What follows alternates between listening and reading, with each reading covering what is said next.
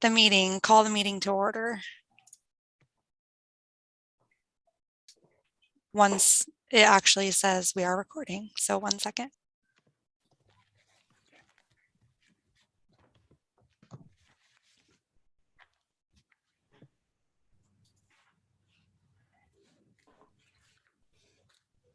And Commissioner Copcho, are you ready for me to call it? I am ready. Okay, great. Hi, I'm Lisa Anderson-Ogilvie. I'm going to call to order the Planning Commission meeting of August 17th. Our president and vice president are not here tonight. So as the secretary, I'm calling the meeting to order. And I would first like to ask for a motion for someone to be the presiding officer for the meeting. And Commissioner Pollock, yes. Yes, I would like to move that Casey Copcho stand in as president, temporary president for today's meeting. I nominate him. Great. And is there a second? I'll second that. Great. Second by Commissioner Augustine. Any discussion on the motion? Okay, Shelby, will you call for the vote, please? Commissioner Augustine, Aye. Commissioner Heller, Aye. Commissioner Copcho, Aye. Commissioner Pollock, Aye. and Commissioner Slater. Aye. And Griggs, Levin, and McKinley are absent. Great. Commissioner Copcho, it's all yours. Wonderful. Thank you. You know what? I'll turn my camera on. Shelby, if you could please call roll. Commissioner Augustine, I am here. Commissioner Griggs is absent. Commissioner Heller, Here. Commissioner Copcho, Present. Commissioner Levin is absent. Commissioner McKinley is absent. Commissioner Pollock Here. and Commissioner Slater. Here. We have quorum. Great. Thank you. Public comment. It does not look like we have anyone signed up for public comment for this portion of the meeting. So we will move on to item 4, which is the consent calendar approval of minutes. If I could have someone make a motion to approve the August 3, 2021 minutes. I move that we approve those minutes. And a second. Second by Slater. Okay, thank you. If I could have you vote in favor when Shelby calls her name, signify by saying aye. Commissioner Augustine, I did watch the video, so I will vote, and aye. thank you for stating that into the record. Commissioner Heller, Aye. Commissioner Copcho, Aye. Commissioner Pollock, I abstain because I didn't see the video, but anyway, this is for the minutes only, right? Not for the consent calendar.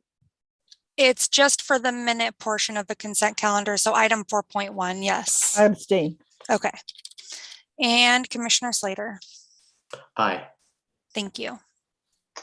Thank you. So item 4.2, would staff or Bryce, would you like to say a few words about 4.2 before we begin discussion?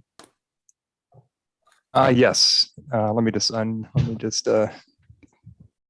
yes, I am live. Okay, so yes, commissioners, 4.2 is a resolution to initiate amendments to the Salem revised code. We've had a series of work sessions over the past few months to go over, those items, and so there is a long list of those. And so this amendment or this resolution before you this evening starts the the process formally. The public hearing before the Planning Commission is scheduled for September 21st, and then following that, you'll provide a recommendation to the council. We anticipate that will be sometime in December that they'll receive your recommendation and have a second public hearing on those amendments. With the resolution is also a request to change the two overlay zones, the general retail office overlay zone and the Front Street overlay zone. Those overlay zones will be eliminated with the proposed amendment. And with that elimination, the zoning map will need to be changed. And then the standards from those zones will be incorporated into the CB zone like we discussed last night. So this just starts the process, and there will be more opportunity to comment following prior to the public hearing, and that'll be September 21st. Great. Are there any questions or comments from the commission for Bryce? No? Do we need a motion for this to move? Yeah, forward? I just wanted to make sure that if there were any questions, we would have time for Oh. that. But if seeing none, if you'd like to make a motion, Josh. I would. I move that we go forward with I approve the recommended action for resolution and item number 4.2. And is there a second on that? I'll second that. Augustine, thank you. All in favor signify by saying aye when Shelby calls your name. PowerPoint view. Commissioner Augustine, Aye. Commissioner Heller, Aye. Commissioner Capcho, Aye. Commissioner Pollock, Aye. and Commissioner Slater. Aye.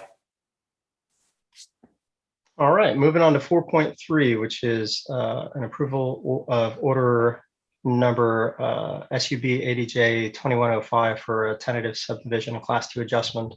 Would Olivia, do you want to have a few words on 4.3? Yeah, Yes. just to refresh everyone's memory, on July 20th, there was a public hearing. The commission voted to approve the subdivision application.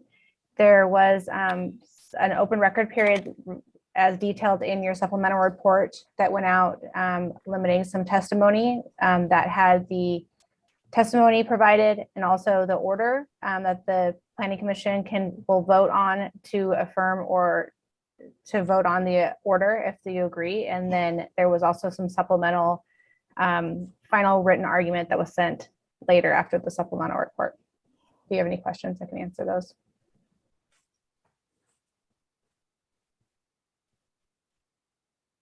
Question from Commissioner Heller and then Pollock. I'm trying to understand. I looked at the credible evidence presented by the community, and I don't understand why we're not following goal 5 as far as the streams and waterways are going. And I need an explanation of that. I don't understand. Yeah. So the city of Salem has an adopted comprehensive plan and code that is acknowledged, which includes goal 5, acknowledged by the state. So the subdivision criteria has been acknowledged, and that's what we're using to review the applications by our riparian areas and our riparian maps. And that process has been acknowledged by the state, and that's what we're reviewing for the subdivision also. Unfortunately, the city cannot directly apply goal 5 as it's written today, because we were acknowledged a while ago. So we can't move the decision criteria or change the decision criteria outside of what is in our code when people apply for applications.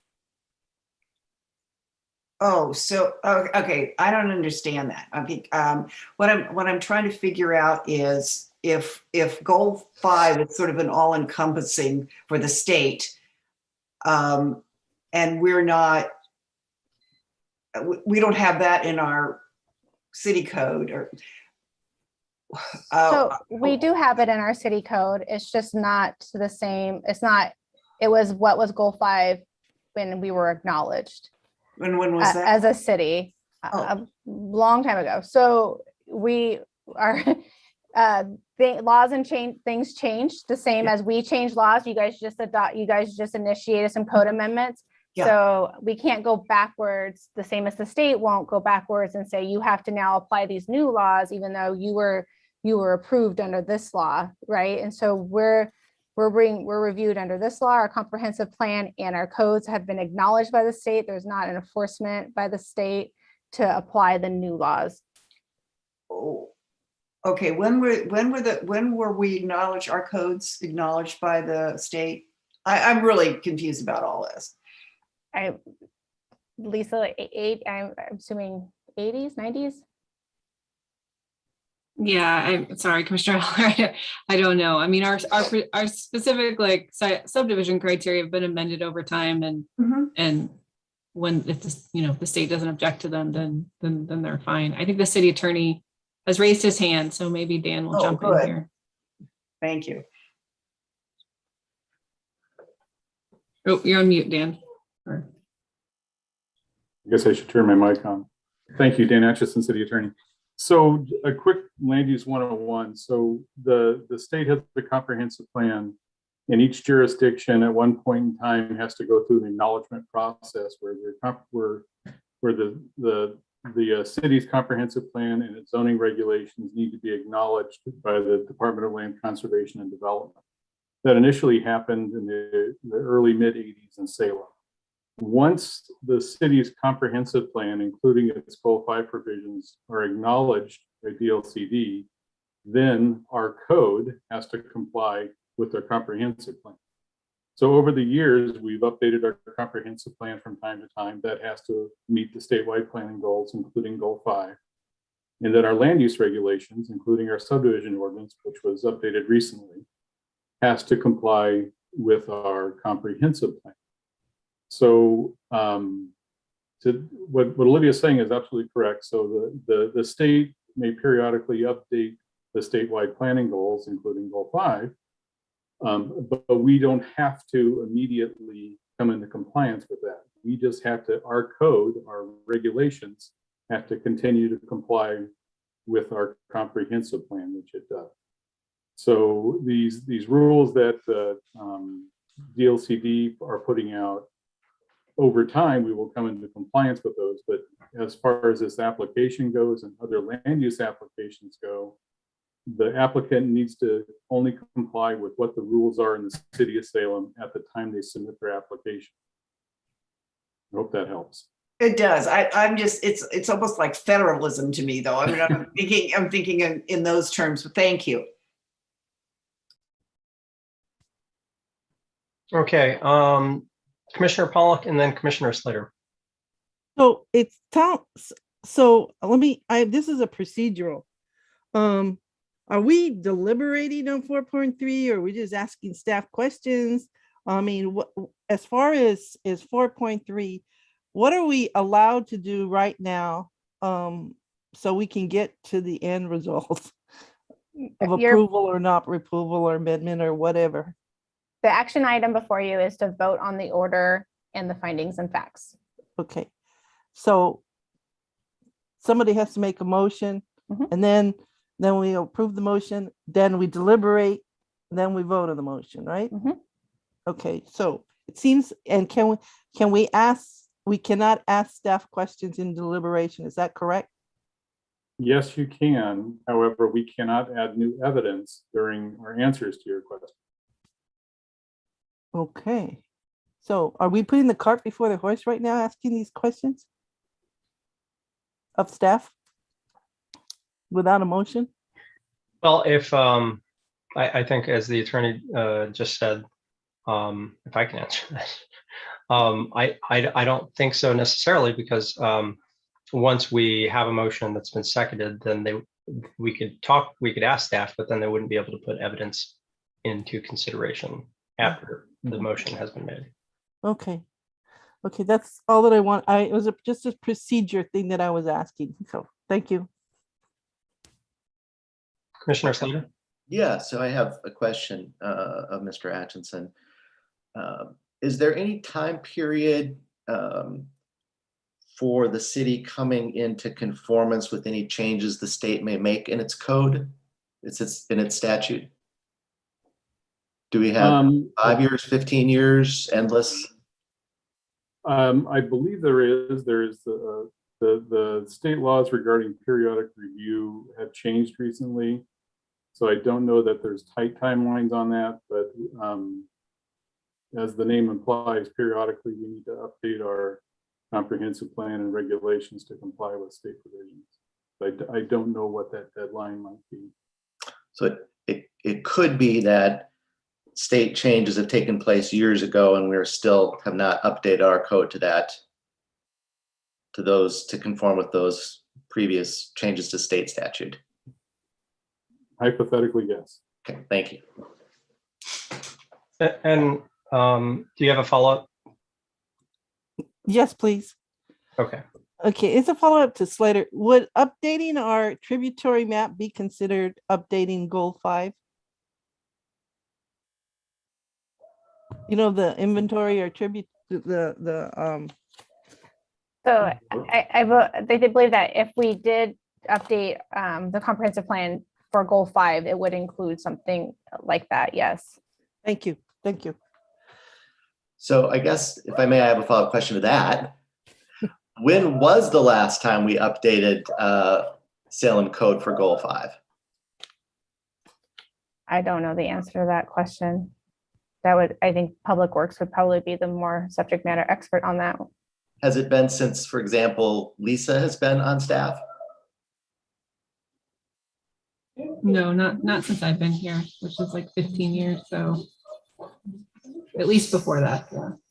So it's possible that we have not updated goal 5 to conform with state law for 15 years? Well, yes. Thank you. No further questions.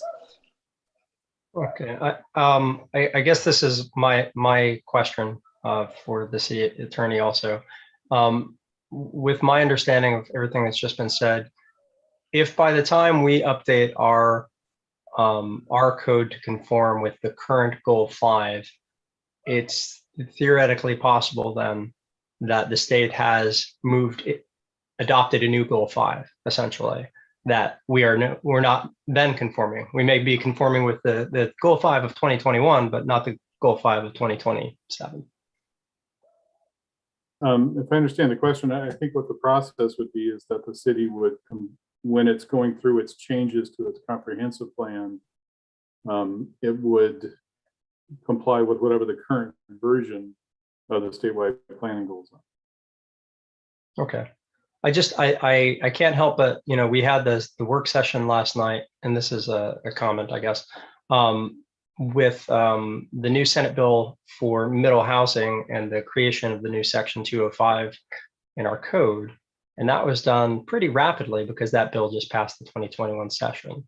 And for us to be able to do that, but not be in conformance with the current goal 5 for 15 years seems to be at odds with kind of the speed with which we get things done. And if that's, a different, that's Bryce and the planning group and the Public Works, I'm not casting blame in any direction, but I'm just saying it just seems disparate at best. So to respond to that, there's a couple different things. A goal 5 update, especially for the natural resource elements, is a fairly daunting undertaking. And the middle housing, I believe, had a strict mandatory deadline in the bill requiring us to comply by a certain date.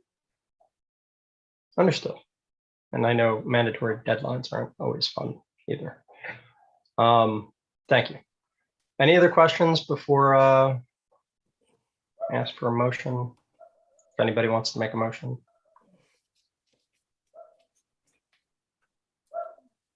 I need somebody to make a motion. How about that? Do we need a motion? If there's no motion and no second, there's no action. Is that correct? This is an application that's before you. You have to vote on it one way or the other. I would move that we deny the application.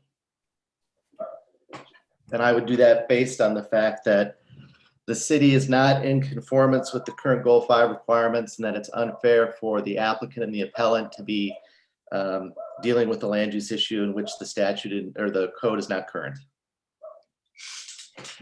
A second.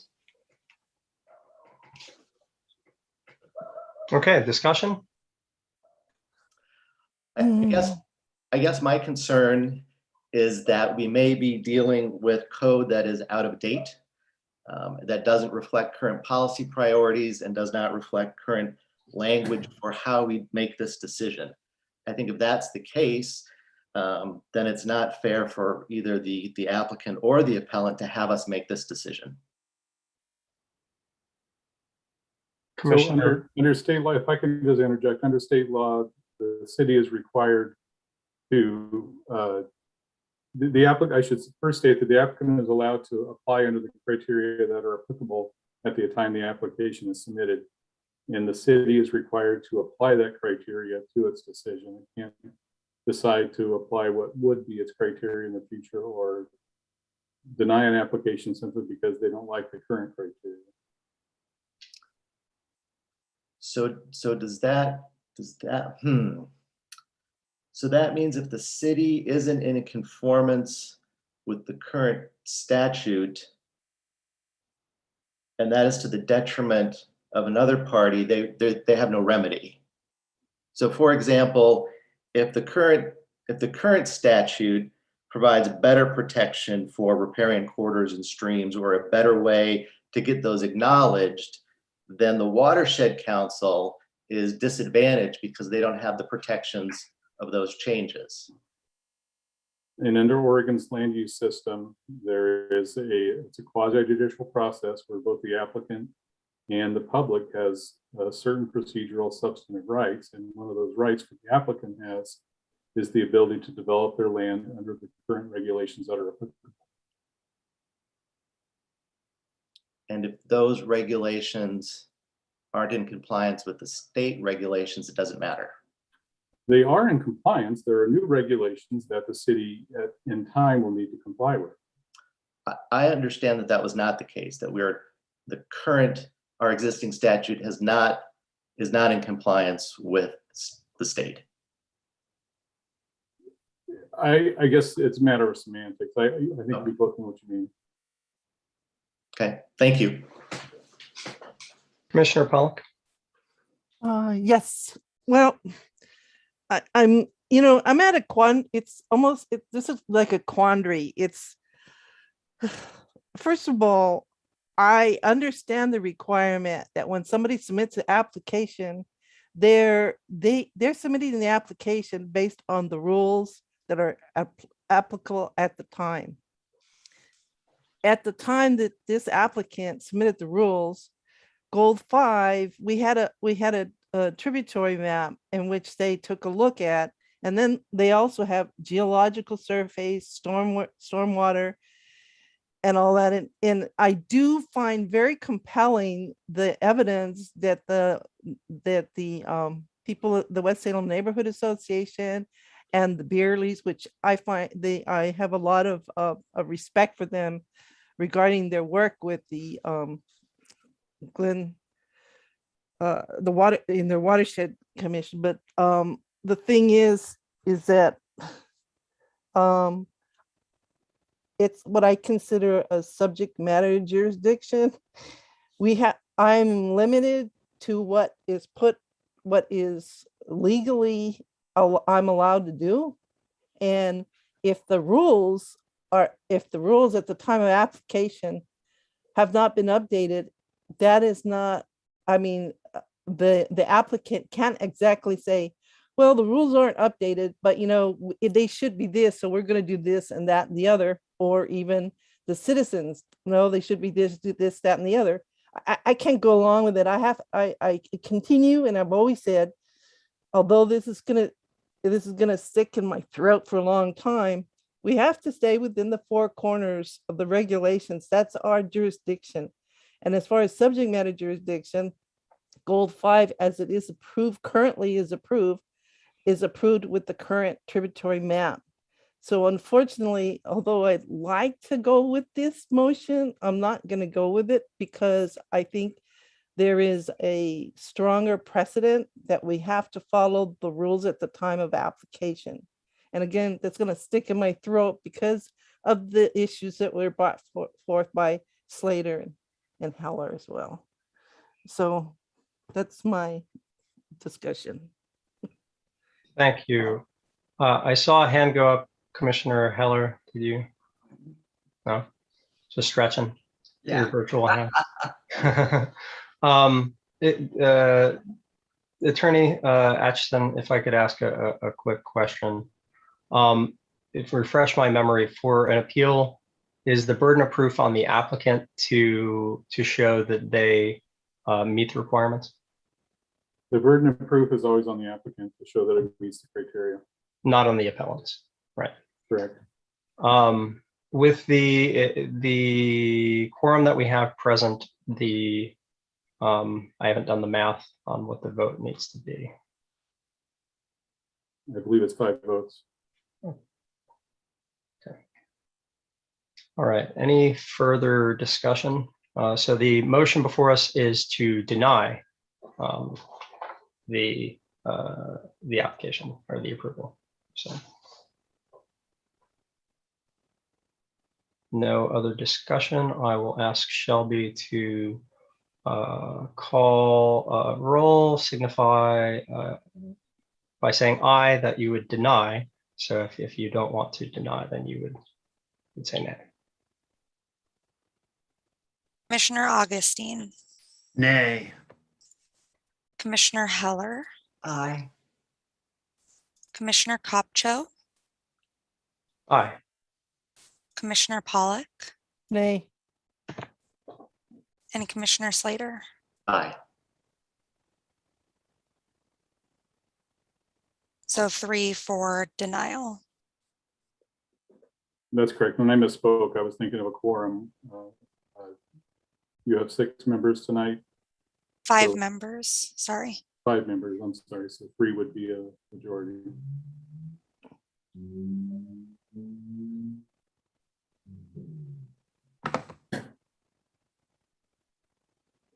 Okay, well, Can I that point was something? Can I point something out? 3 of the commissioners that voted last time are not here, and also the 4th one is no longer on the commission anymore.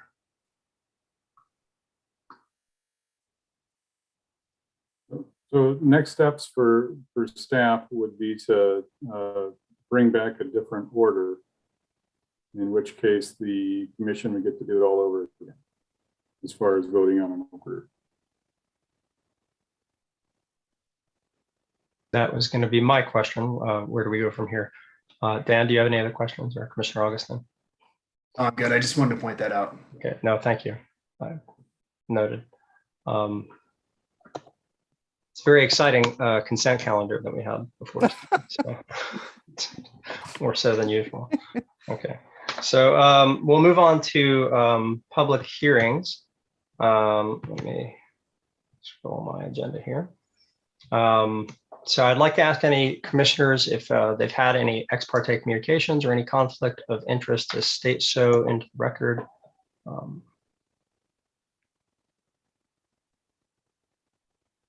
All right, well, seeing none, the first public hearing is on a Class 3 design review, Class 3 site plan review, Class 2 adjustment, and Class 2 driveway approach permit. Shelby, if you're still with us, can you read the statement of criteria? Of course, I'm here. This is a public hearing to consider a Class 3 design review, Class 3 site plan review, Class 2 adjustment, and Class 2 driveway approach permit, case number DR SPR ADJ DAP 21-03 for a property located at 454 Church Street Northeast. The criteria applicable to this application are found in the Salem Revised Code, SRC, chapters 225.005, E2 for Class 3 design review, SRC 220.005, F3 for Class 3 site plan review, SRC 250.005, D2 for Class 2 adjustment, and SRC 804.025D for driveway approach permit. Failure to raise an issue prior to the close of the public hearing with statements or evidence sufficient to afford the Planning Commission and the parties an opportunity to respond to the issue precludes appeal to the Land Use Board of Appeals, LUBA, on that issue. A similar failure to raise constitutional issues relating to proposed conditions of approval precludes an action for damages in circuit court. Prior to the conclusion of the hearing, any participant may request an opportunity to present additional evidence or testimony. The Planning Commission will then either continue the public hearing or leave the record open for at least 7 days. Great. I missed that. No, I'm just kidding. Mr. McAtee, if you would like, feel free to take it away. You bet. Thank you. Give me just a moment while I get my presentation going.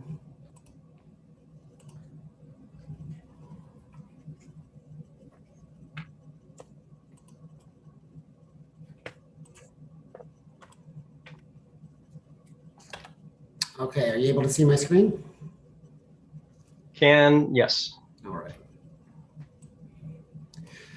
Okay, so my name is Stephen McAtee. I'm a planner with the City of Salem Community Development Division. As Shelby mentioned, we're here for DR SPR 80J DAP 21-03. It's the proposed development of a 3-story mixed-use building of just under 33,000 square feet in size. It's at approximately 1 acre property located at 454 Church Street Northeast. And I'd like to ask that the staff report, all attachments, and this presentation be entered into the record. These are the applications that are consolidated into this proposal.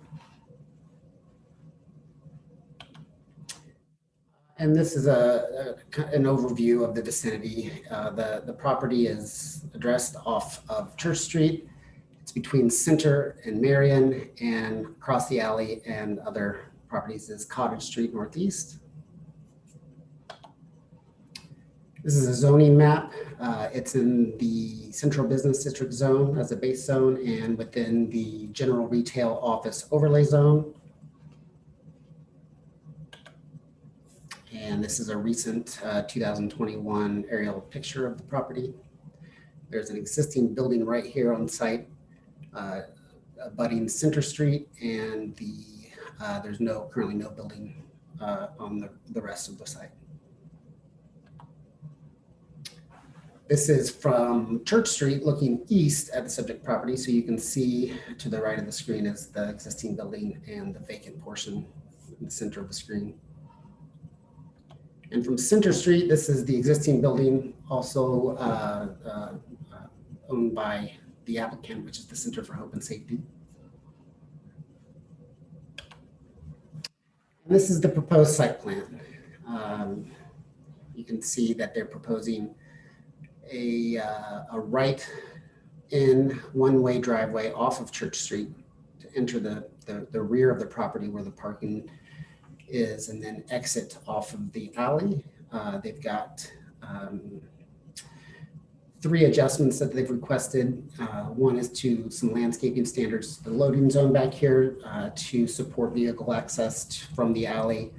Another to the front building setback, and then to driveway spacing because it's the proposed driveway, which is also replacing a very similarly located existing driveway, is less than the minimum required, 370 feet. Here is a architectural rendering that was provided by the applicant. And drawings, elevations, the top one is from the west. It's what you would see from Church Street. It's indicating that some of the design review guidelines are being met. The ground floor windows, the vertical upper floor windows. There's proposed weather protection in the form of an awning, doors fronting Church Street, and the applicant has met all of those design guidelines.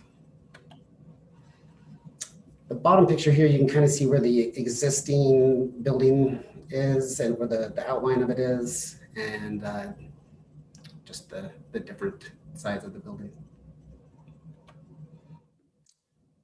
As far as public comments, we received some comments from Salem Kaiser Public Schools indicating that all 3 levels, elementary, middle, and high, have capacity. And we did not receive any comments from the neighborhood association or from tenants or property owners. Staff finds that the applicant has met the approval criteria and recommends approval of the proposed project. And that's all I have. Great. Are there any questions for staff from commissioners? Looks like we have one from Commissioner Pollock. Okay. This is the first time that you're in front of me. Thank you for your work. You did a really great job. I just have a real quick question. And I know that some of the buildings downtown, like the transit center, have a condo association or association, like a homeowners association, the building, the current property, is there any kind of association like that that also would require some kind of notice? The applicant indicated that the property is not currently under a homeowners association. Okay, so for your first time in front of me, I would have asked that, I noticed that your report did not indicate that they applied and they said there was none, and therefore no notice was given.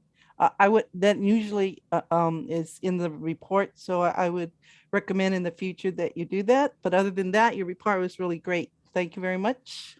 Yeah, it should have been in there. Yeah, I was looking for it. I think I was really looking for it, and I didn't see it. If it's in there, I apologize, but I was actually looking for it. Okay. Until I'm off on December 31st, I'll be looking for it. Thank you very much.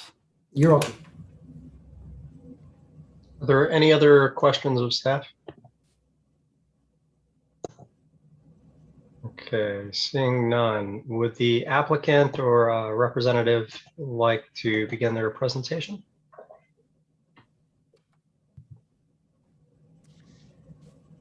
Good evening. This is Jane Downing, and I'm the Executive Director of the Center for Hope and Safety. Are you able to see me and hear me all right? Okay, great.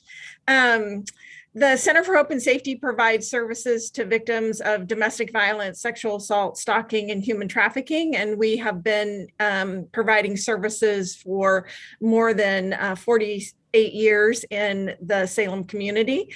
And every year we provide services to thousands of victims of violence in Salem and throughout Marion County. I'm here tonight to give you a brief overview of the Hope Plaza project. Hope Plaza is unique in that it will combine low-income housing, job training, and wraparound services for survivors and their children under one roof. Hope Plaza will be built on the former Greyhound bus terminal site. We've completed the demolition and all the environmental reviews on the property. On the first floor, there will be space for businesses, but they just can't be any business. They have to agree to partner with us to provide job training and or services to survivors of violence.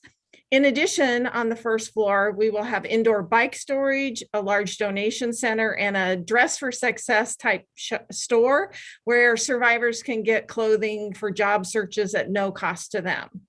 There will be 2 floors of low-income housing, and all units will be accessible for people with disabilities. On the second floor, there will also be a large training space with a serving kitchen.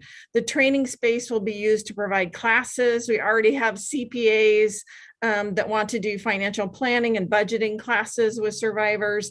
And the yoga community has already volunteered to do classes for folks once we can do that post-COVID. Those are just a couple that we have planned. In addition, our staff will be working with the families every day. And Hope Plaza is bringing a lot of community partners to this project for those wraparound services. And examples are Marion Polk Food Share will be doing pop-up pantries in the parking lot once a month, bringing food in. For the families, it will go out and then the pantry will go away each month. And then the Oregon Department of Human Services wants to have a staff member on site to help folks with benefits. We have received notification from the state of Oregon that we will receive more than $8 million for the Hope Plaza project in lottery bonds and the American Rescue Act funds. And this is in addition to generous grants from the City of Salem, Business Oregon, foundations, and donations from community members. We have worked closely with the City of Salem and the neighbors. We have visited every single neighbor, and all the 3 surrounding neighborhood associations have seen the plans and have supported the project. We have the best team possible in Anderson Shirley Architects, and I know John Shirley is with us tonight, and Rich Duncan Construction. We're really excited about how Hope Plaza is going to rejuvenate this downtown area and provide really needed low-income housing in the downtown core. And I'm happy to answer any questions that you may have, and I know John Shirley can also do that. Thank you for your time. And thank you, Ms. Downing. Are there any questions from commissioners for the applicant?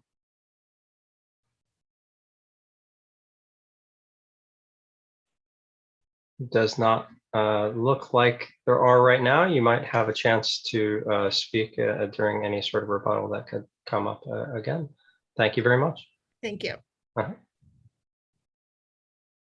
I just muted myself. Okay, so it does not look like there's anyone from the neighborhood association to provide testimony, nor are there anyone signed up from the general public to provide testimony for this case. So do commissioners have any additional questions of staff?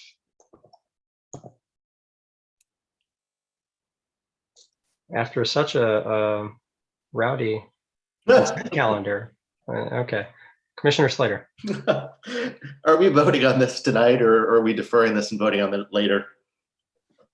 We can decide that in a moment, I guess, but it's before us tonight, so we could close the hearing and vote on it tonight. I would certainly be comfortable with that, but if we need to wait, I would be happy to wait as well. Sure. Any other questions for staff? Although I guess I answered that one.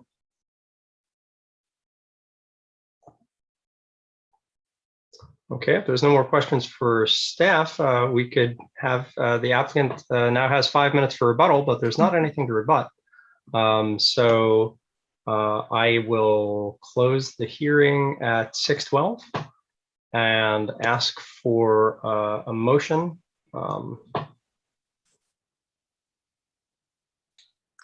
I move that we, oh, wait, let me get the, if you give me a minute and I'll get the right language here for the staff.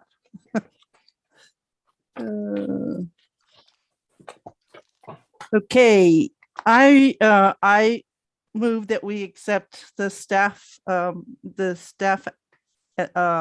report and all evidence associated with it, and that the planning commission adopt the facts and findings of it, and take the following actions to approve the class 3 design review with condition 1, approve the class 3 site plan review with conditions 2, 3, and 4, approve the class 2 adjustments with condition 5, and approve the class 2 driveway approach permit.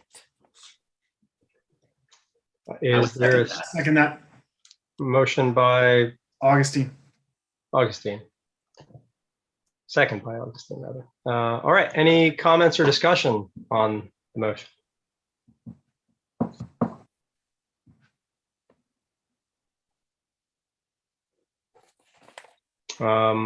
I'll say something, which is just I think this looks like a great project, and the work that the Center for Hope and Safety does is very good work, and it sounds like they've met with all of the surrounding neighbors and have a good plan for the future. So I look forward to voting to approve.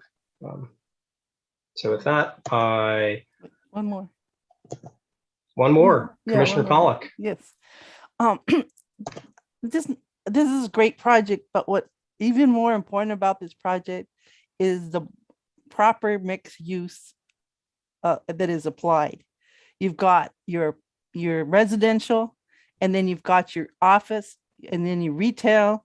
And the fact that this applicant has what they call wraparound services and kind of related the services and the people down in the office and the retail to those that will be residing there is just an added sort of cherry on the top of this whipped cream. But it's kudos to everybody about this particular mixed use project. I just think it's wonderful. That's it. Great. I wonder how you'll vote. All right, all in favor signify by saying aye when Shelby calls your name. Commissioner Augustine, Aye.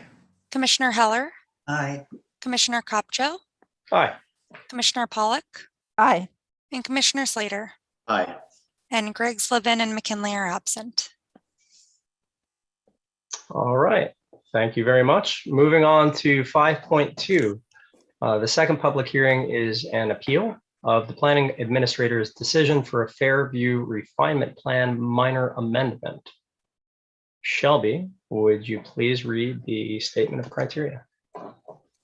This is a public hearing to consider an appeal of the planning administrator's decision on Fairview Refinement Plan Minor Amendment, case number FRPA 21-01 for the Pringle Creek Community Refinement Plan. The criteria applicable to this application are found in the Salem Revised Code, SRC, Chapter 530.035 E1 for amendments to refinement plans. Failure to raise an issue prior to the close of the public hearing with statements or evidence sufficient to afford the Planning Commission and the parties an opportunity to respond to the issue precludes appeal to the Land Use Board of Appeals, LUBA, on that issue. A similar failure to raise constitutional issues relating to proposed conditions of approval precludes an action for damages in circuit court. Prior to the conclusion of the hearing, any participant may request an opportunity to present additional evidence or testimony. The Planning Commission will then either continue the public hearing or leave the record open for at least 7 days. Excellent. Bryce, take it away. Good evening, interim, or not interim president, but acting president Copshow, Bryce Bishop with the planning division here tonight to present the staff report for Fairview Refinement Plan, case number FRPA 2101. It is a request for a minor amendment to the Pringle Creek Community Refinement Plan, which is the northern portion of the Fairview Training Center site. So in terms of a little bit of background, real quick, the application was submitted by Sustainable Investments, an owner of land within the refinement plan area, and the refinement plan amendment requests three things. One is to clarify the minimum and maximum number of units that are allowed within areas 1 through 8 of the refinement plan. The second request is to update the minimum maximum square footages of planned commercial development or non-residential development within areas 3, 6, and 9. And finally, they're requesting an amendment to areas 3 and 9 of the refinement plan to reduce the minimum building frontage requirement for buildings abutting a street from 16 feet to 13 feet. The application was deemed complete on April 15th, and the state mandated local decision deadline for the application is September 30th. So in terms of the background, you've seen this many times when I've presented on Fairview cases, but the overall site is zone Fairview mixed use. The overall site is 275 acres. The zone was changed back in 2003 to provide for the sustainable mixed use development of the overall site through a master planning process that is implemented through the Fairview mixed use zone, which is the first step involves establishing a Fairview plan, which is like a comprehensive plan, which establishes the general goals and policies for how the site will develop. And then after that, it is up to individual property owners who own land, within that, area, within the zone, within the refinement plan, to come forward with proposals for further refinements of the Fairview plan through detailed refinement plans that are akin to like mini zoning districts that actually, establish the specific development standards for development of that area. And, I do want to emphasize that those are standards that are, devised or created, by the applicants. Staff reviews them, through a type 3 land use quasi-judicial public hearing process. And then when they're approved, they become the standard for development within that area. And, where there is some give and take between the refinement plan and the zone. There's some instances where, the Salem Revised Code does, take precedence, for instance, where a refinement plan might have a standard that defers to the code specifically. So in terms of, refinement plans that have been approved to date, the Pringle Creek community was the first refinement plan that was developed by Sustainable Fairview Associates, the folks that devised the overall Fairview plan and went through the adoption process for the Fairview plan. That was approved in 2005 and applied to the property.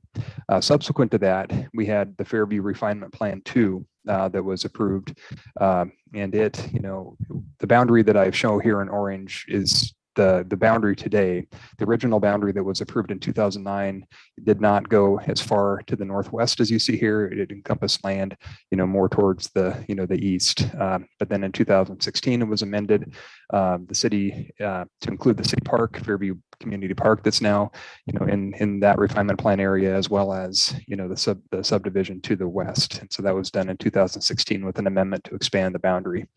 But after, the original 2009 approval of Fairview Refinement Plan 2, there was the Simpson Hills Refinement Plan that was proposed for, I think around, if memory serves, around 425 or some odd dwelling units and some commercial uses.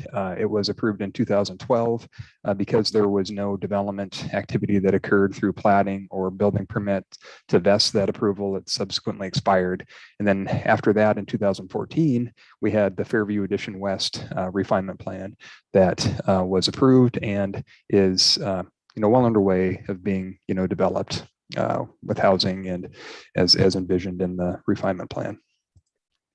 So in terms of the Pringle Creek Community Refinement Plan, again, it's at the northern tip of the overall Fairview Training Center site.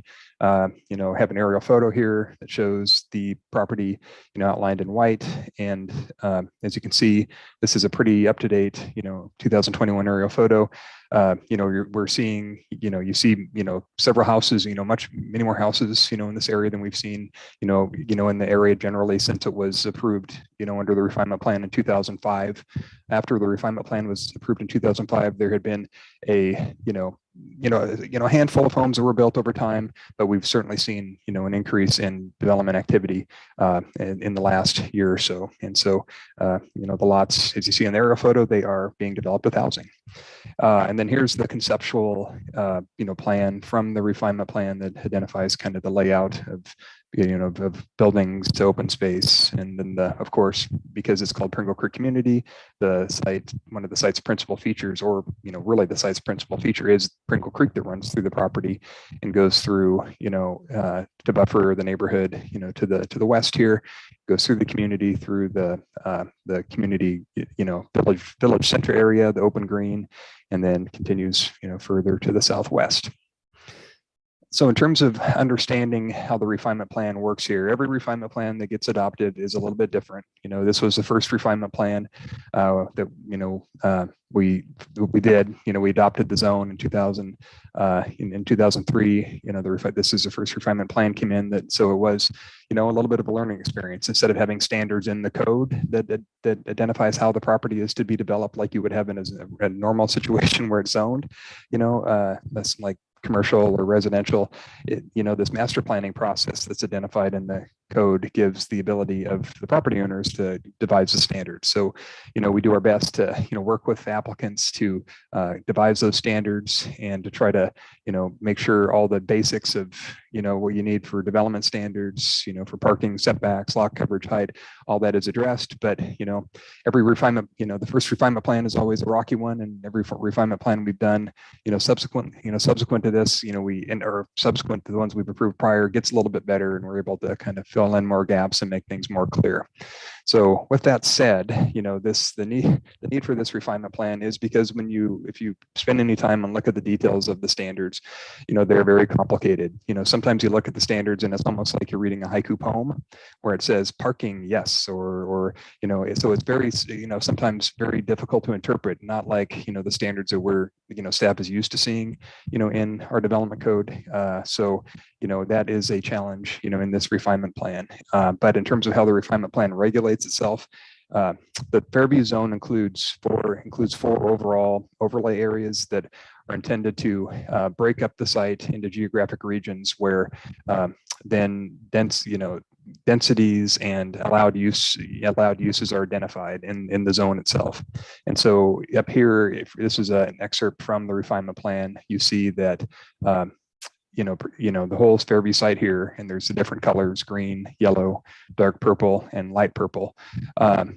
The Pringle Creek community area is in the north portion of the site, but these different colors, again, respond to these different overlay areas of the zone. And so the low intensity area is intended to be kind of a transition area to buffer the development from the predominantly single family developments to the west from the site. So really anticipates, lower density single family use. The yellow area, the mixed intensity area anticipates, a mix of kind of like middle housing, really quadplexes, cottage clusters, that type of development, and with single family, interspersed in a mixture of uses to create, neighborhood dynamic and income for all levels. And there is ability to have, commercial stores and, and that in terms of the zone where those are allowed uses, but the predominant envisioned use would be mainly residential and mix of medium and low and slightly higher than low density residential. And then when you get to the flatter area of the site where the two different colors of purple are, in the village center, which is the dark, purple, and then the AU, which is the lighter purple, those are the areas that when the site was in operation as the former Fairview Training Center, that's where the majority of the buildings would have been located at the Fairview site, or that were located at the Fairview site. And the original vision was that there would be those buildings would be, preserved and reused, but as time went on, buildings deteriorated. There was no market, desire to locate in the area because it was somewhat isolated, from the rest of the city. And so, eventually all the buildings have, all the buildings have been pretty much removed. Pringle Creek, on the other hand, was able to save, some buildings, the Painters Hall, the hog fuel shed, the root cellar, and other buildings. So that was great that they did that. But the other areas of the site, market and the tolls of the I guess the toll of time, had the effect on the buildings, and those are all gone. But so Pringle Creek is composed of the adaptive use area, the mixed intensity, and the low intensity. And so these areas establish the densities of the numbers of units that can be allowed.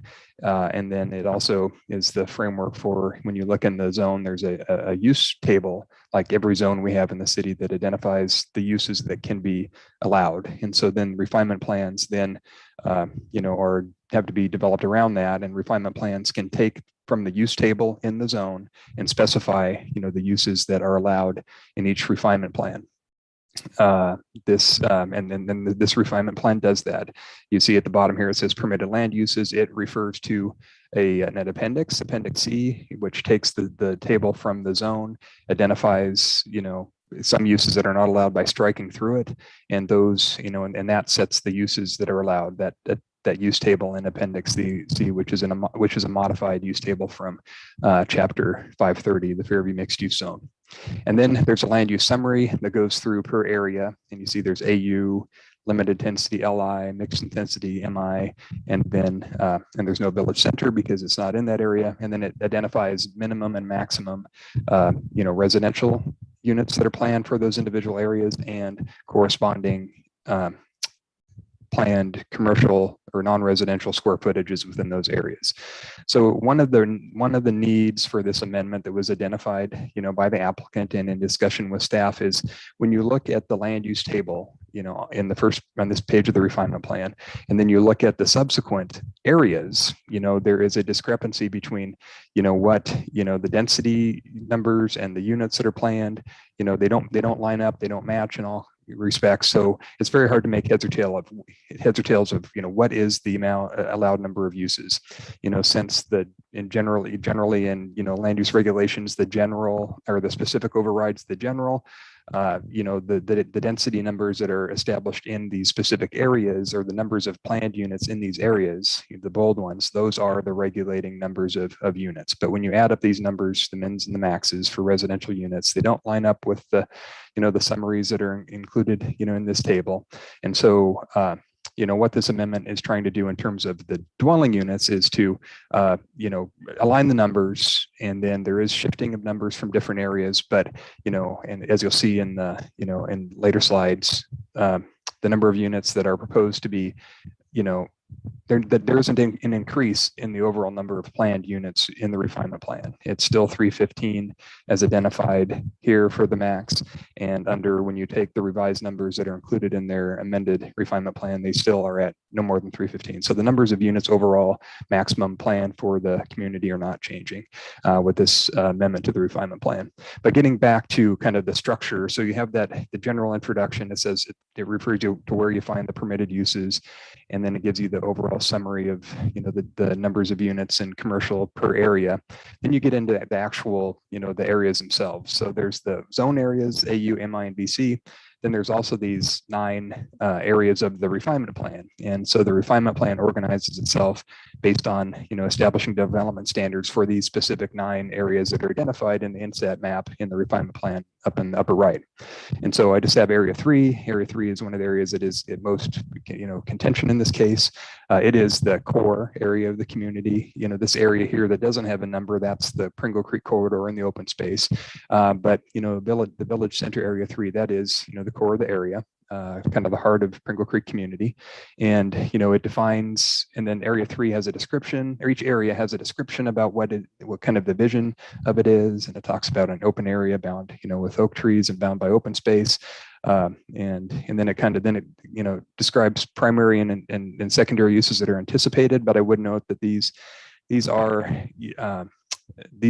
anticipated uses, but it's really the uses that are identified in Appendix C, which are the, you know, the list of uses that can be, you know, done in the refinement plan. But these kind of provide a more illustrative description of kind of what the uses would be. And then it gets down into, you know, the numbers of units. Again, in the area 3, it says minimum of 4, maximum of 30, and then a commercial square footage range of 18,000 to 30,000. Then after that, we get into kind of the nuts and bolts of what you typically, you know, see for development in a code. And that gets into, you know, lot area requirements, coverage, lot depth, width, building setbacks, front, rear, side, next to alleys, height. And then finally at the last, you know, portion down here, we have a section that's kind of dealing with vehicles, you know, parking and driveways, widths, and setbacks for parking. And then there are footnotes that are identified over, you know, in the right that correspond in most cases, you know, to numbers in the table. But there are instances where, well, there are instances where they don't line up. For instance, like the footnote here for cars 3, it was referring to the building frontage requirement, so that should be a 4. So there's errors in the document, you know, pertaining to that. So that's kind of, you know, so these area pages are kind of the main, page of the refinement plan that identifies how, you know, development is conducted on the lots. It establishes setback, the height, and the parking requirements, and everything else that are associated with that area. So as I mentioned, you know, there's 3 things that they're asking, you know, for an amendment to the refinement plan on here. The first one is, you know, shifting the dwelling units around and revising them to be clear with the use table in the very beginning of the chapter of the refinement plan.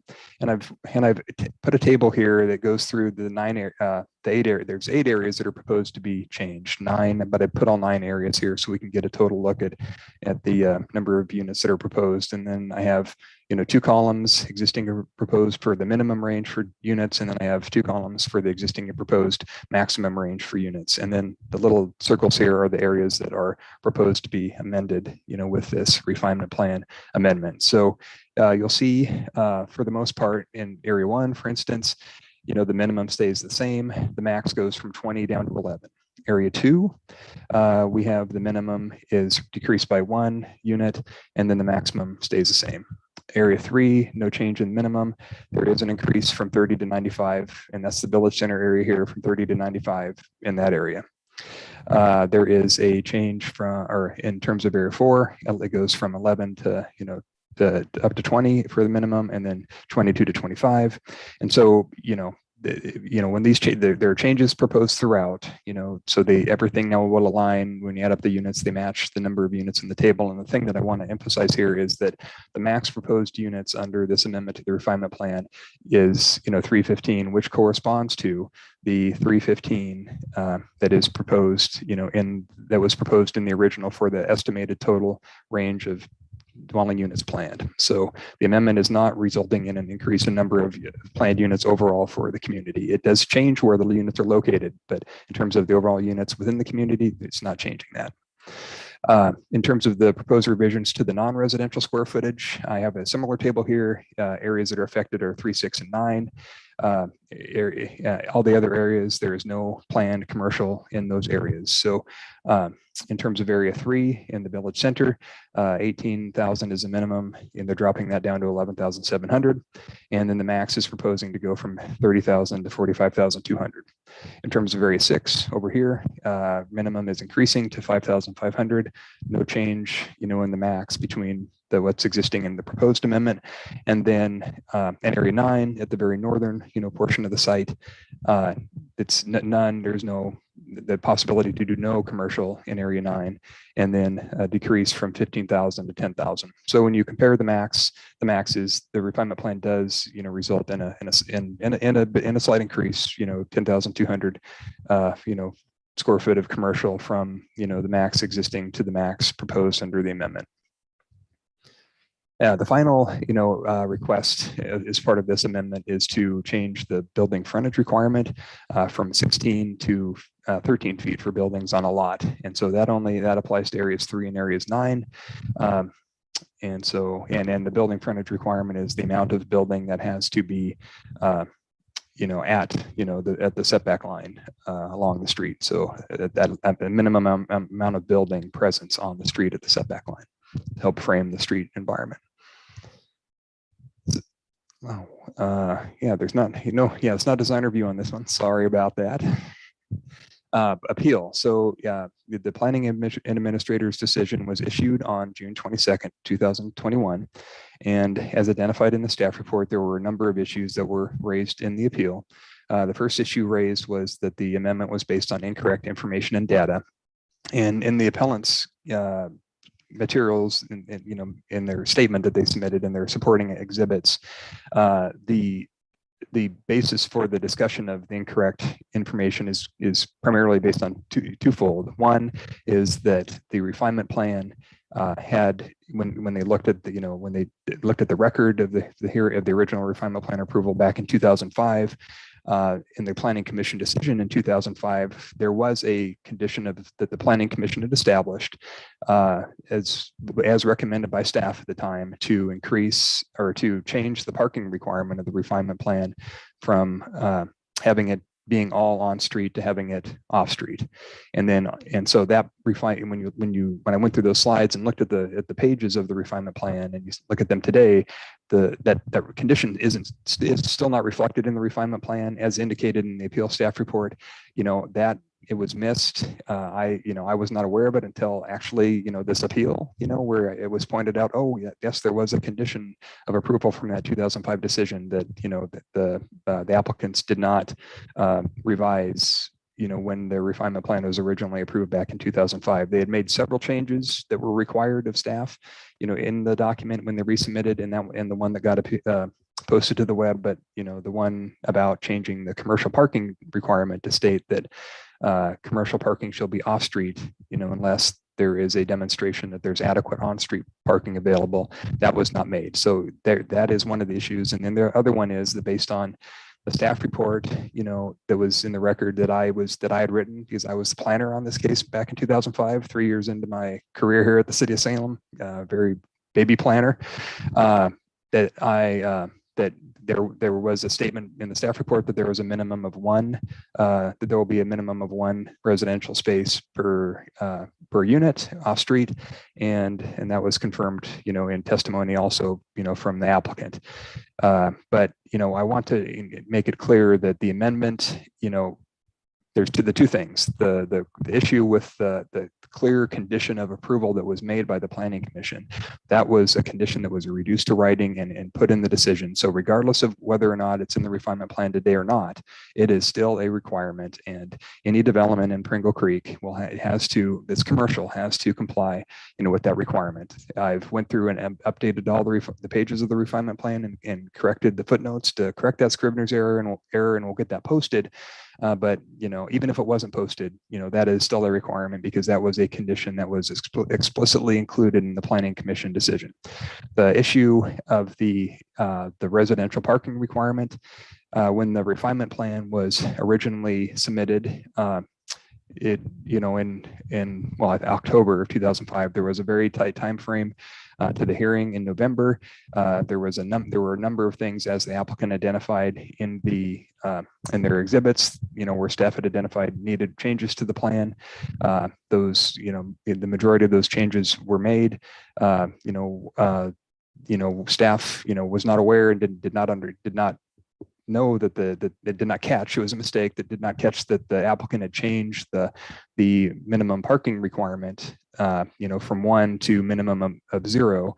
And so therefore, as I, wrote my staff report, with this revised plan 9 days before the public hearing, I, was basing it on information that was, not correct in the record in terms of what the applicant has submitted.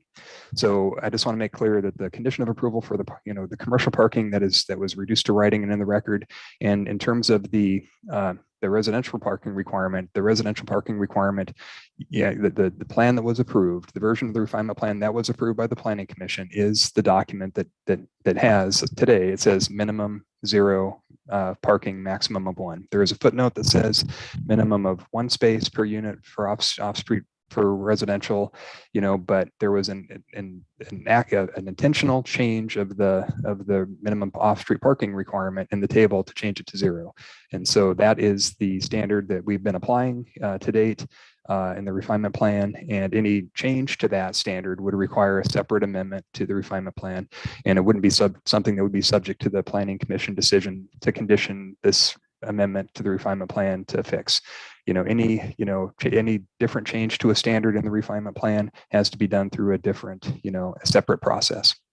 And this process is dealing with the number of units, the number of commercial, square footages planned, and the building frontage. And the number of units is, it's not really dependent upon that. The decision on this refinement plan does not have, it's not made any less informed, or the decision is not ill-informed because of that incorrect information. This is an amendment just based on those 3 things, looking at the numbers, looking at the commercial space, and looking at the building frontage. And then there was a discussion that the amendment does not provide clarity or consistency for parking and density numbers. Again, a similar thing. This amendment is not looking to fix, the refinement plan for all the issues. I could identify lots and lots of things that could be fixed in that refinement plan. But, the amendment that is before the Planning Commission this evening is specifically for the numbers of the units, the commercial square footage, and the parking or the building frontage. Any different, clarifications that are identified and need to be made to the plan have to come through a separate process. And then, again, with the PC conditions of approval of the original refinement plan haven't been adhered to or enforced. There has been no commercial development at Pringle Creek to date. So the lack of having the commercial standard for off-street parking or for commercial having off-street parking, unless it can be demonstrated it's on-street, has not made any difference because there has been no commercial development. The residential requirement, again, is based on the table in the plan, and it's been applied that way, and it's 0, minimum 0, maximum of 1. And then there is a concern raised in the appeal that there has been no documentation of on-street parking being provided. The applicant includes exhibits that do show some, drawings that sustainable investments have had, for Pringle Creek community that showed radiuses of where, parking could be available, within, certain areas, in the community. But they are, the appellants are wanting a more detailed, plan for parking in the refinement plan to manage, parking for existing and future development. And so the refinement or the appeal also it recommends that the Planning Commission place conditions on this refinement plan. One is to clean up all the tables and fix inconsistencies between the numbers and the tables, and then clearly require 1 off-street parking space per residential unit, and commercial parking, required to be off-street unless it can be on-street with sufficient capacity per the Planning Commission 2005 decision. B here has been addressed. That will be updated. And it's already a condition of this decision. It applies regardless. Staff will be, posting those revised pages on the web. And so that will essentially been fixed. As mentioned, any change to the residential parking requirement will have to be made through a separate application to amend the refinement plan. It can't be conditioned on this. Then there's another issue with concern with the narrowness of the streets and the amount of parking that could be in the area as a result of the increased numbers of units, and that if parking is on both sides, that there won't be enough sufficient space for vehicles to pass, or more importantly, fire department access. And the appeal materials explain that the refinement plan needs to have incorporated into it the standard for on blocks that are 200 feet or more in length, that they have to have the mid-block fire department queuing space for fire department access. And I will just say that is already in the refinement plan. It is a requirement of the refinement plan. And when the subdivision was, developed, constructed, the streets were, reviewed, for compliance with the requirements of the refinement plan. Now, if there are areas where, it needs to be clear that, there can't be on-street parking on both sides because, there isn't an area that's, 45 feet wide, or 45 foot length, that's 25 feet wide or 20 feet wide for 2 cars to pass and a fire truck to pass as well, then that would be something that the development will have to have, because that is a requirement of the refinement plan. And then finally, they also want to have an accurate on-street parking inventory plan. That we currently don't have a parking inventory, to manage on street parking. That is, unlike the numbers of units, as I mentioned in the report, if we're, that is something that it would be in the purview of the Planning Commission to establish a decision condition on, because it's not asking for a different amendment, than what has been submitted. So that would be something under the purview of, something the Planning Commission could do if so desired. There were other concerns that were also raised, and then you've received, many comments that were, forwarded to you. Some comments came early enough and they were included in the staff report and attached to the staff report.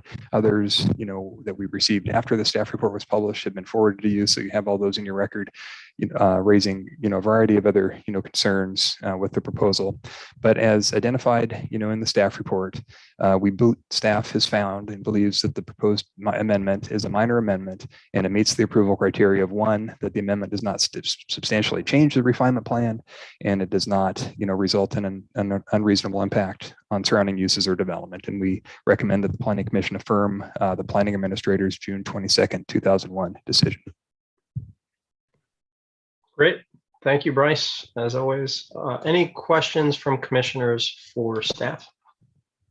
Looks like we've got one. Commissioner Pollock.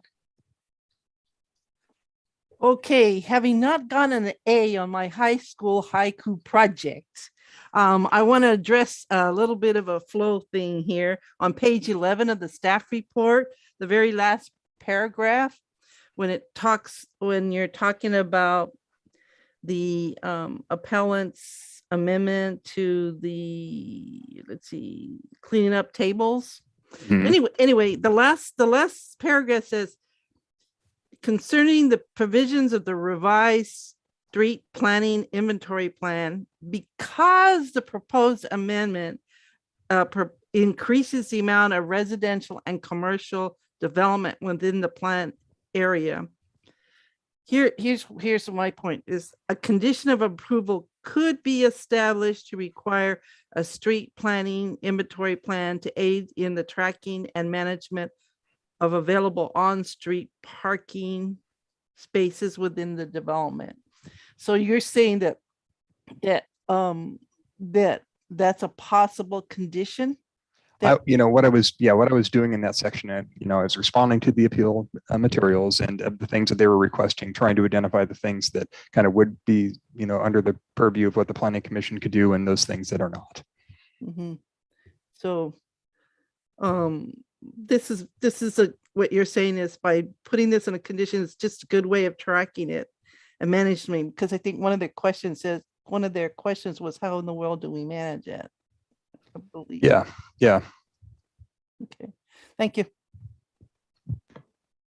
Any other questions? We'll have another opportunity for staff at the end.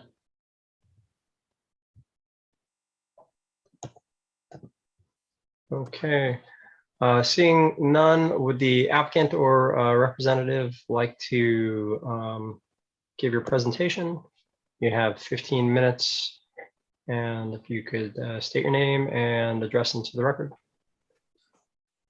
Good evening. This is Mike Keene, and I'm an attorney with Garrett Heeman here in Salem, and I'm representing the applicant Sustainable Investments LLC. And can you hear me okay? Yes. Great.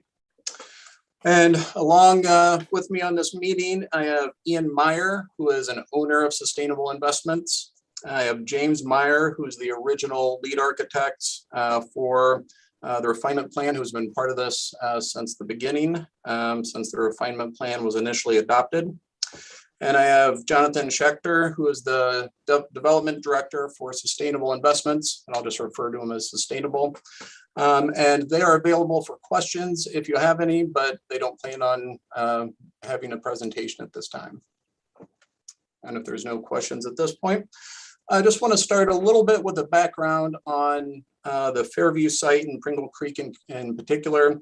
From the beginning, Pringle Creek was designed and it sought to embrace sustainable land use principles and promote smart transportation and movement principles. This means it was looking for more walkable, denser neighborhoods. It was looking for alternative transportation, not just mass transit, but bicycle and walking. The community was designed to have walkable neighborhoods, open community plazas, historical buildings, which is why it's in the a lot of it's the adaptive use overlay. This includes Painters Hall, which Sustainable donated to the HOA, and it also saved the old greenhouse and created a community garden for this reason. There's also some open space, and because of that, that all falls into the larger purpose of what Pringle Creek is and why it was designed and developed, which is a sustainable, vibrant, walkable community that was going to be unique to Salem. And to accomplish all of this, finally, after almost 15 years, the Pringle Creek community is starting to be finally built out. There was a handful of houses in there. There are homeowners, but it is minimally built out. And to accomplish all these goals, which are ambitious, there's even in Area 3, it was contemplated that there might even be a hotel. And there's a laundry list of uses that could have gone in there. To accomplish this, they needed to modify and clear up the refinement plan. The first part, as Mr. Bishop already mentioned, was clarify some of these numbers. But overall, big picture, they needed to shift some of the density into the village center, which was always designed as a European-style town center with on-street parking, heavy on-street parking, more dense, more walkable, with a variety of residential and commercial uses. They wanted, studio apartments, nice, bigger apartments, townhomes, things like that. And they wanted to concentrate that in Area 3 in the village center, as the name implies. And some of that shifted from the other areas within Pringle Creek. So they did not actually increase or seek to increase the overall number of units, but they wanted to shift it more towards the village center as it was always designed. Part of this, and I should mention, we did file a written response to the appeal. And one of the issues that's in the original refinement plan is it actually contemplated a maximum number in one area of residential units of over 600 units. So we wanted to clarify that. We think the appropriate number for this area and what's feasible and responsible for the community is the 315. But there is mention of approximately a maximum of 638 units in the refinement plan as well, which would obviously be advantageous to Sustainable or other property owners if they sought that, but that's not what they're doing at this point. All of that set aside, the intent, the history, The applicant's minor amendment to the refinement plan is actually pretty straightforward and simple. There's a lot of the many issues that are brought up by the appellants. There's a lot of background that I think we've gone over, but the actual minor amendment is pretty simple. And I think the issue before this planning commission is likewise very simple. It's did sustainable meet the criteria for amending the refinement plan through a minor amendment. And as determined by the planning administrator an initial step, and as recommended in the staff report, I think the answer is yes. The criteria for a minor amendment are pretty narrow. There's only 2 of them. And it says that a minor amendment shall be approved, and I put the emphasis on shall, be approved if all of the following criteria are met. A, the proposed amendment does not substantially change the refinement plan, and B, the proposed amendment will not unreasonably impact the surrounding existing or potential uses or development. And I think the initial administrator's decision, as well as the staff report, goes through those 2 criteria pretty thoroughly. The proposed amendment does not substantially change the refinement plan. It does not increase the overall number of units. It does not change the square footage more than 20%. It does not change the on-street parking more than the on-street frontage required for each lot more than 20%. And the proposed amendment does not and cannot impact the surrounding potential uses or development, just because everything that is done by this minor amendment is contemplated by the plan. It does not change uses. It does not add additional uses. It does not add industrial, for example. It just simply clarifies a couple different things. One is the minimum and maximum number of residential units within the overall area, and it reallocates some of the density to the village center. And again, the village center needs to be denser to accomplish all the goals. It's the walkable area, it's the alternative transport, it's the variety of economic uses, which necessarily means housing, and it necessarily means some apartments and some smaller multifamily units in there possibly. And all of doing that allows the Pringle Creek community to retain the open space, to retain the variety of uses. The second thing it does in the minor amendment is to update the minimum and maximum square footages of the planned commercial development, again, within area 3. It takes it from some of the other, couple of the other areas and concentrates it more in area 3. Again, this is to get that livable, vibrant, walkable community center, which was always part of the refinement plan, always part of the vision of the Pringle Creek community. And if you read through the first couple of pages of the refinement plan, it talks about the sustainable principles of the community. I mean, this is 16 years ago, and they're talking about things that most cities are still trying to accomplish now in terms of parking and walking and biking and mixed uses and economic diversity. I mean, and other kinds of diversity follows. Not only just in housing, but they want artist studios, and they want to put everything possible so that it is as diverse and vibrant as humanly possible. And to get there, you need a center core, and that necessarily means apartments. The third thing it does is reduces the minimum building frontage per unit in areas 3 and 9 of the refinement plan from 16 feet to 13 feet. Again, this is less than a 20% change. It meets the criteria for not substantially changing the refinement plan. And really what this does, it's the frontage, how long the curb needs to be in front of a unit. It does not change the size of a unit, allow additional density or other uses. It would still allow for on-street parking. You're not going to get a car longer than 13 feet. And what that really is meant to do is allow more flexibility on the siting where you can put a unit on a lot. So you don't necessarily have to have it set way back. You can bring it up, you can move it around a little bit. There's multiple cul-de-sacs, for example, and curves, so that on one side of it, it's necessarily, you're going to get a little bit of a shorter street frontage.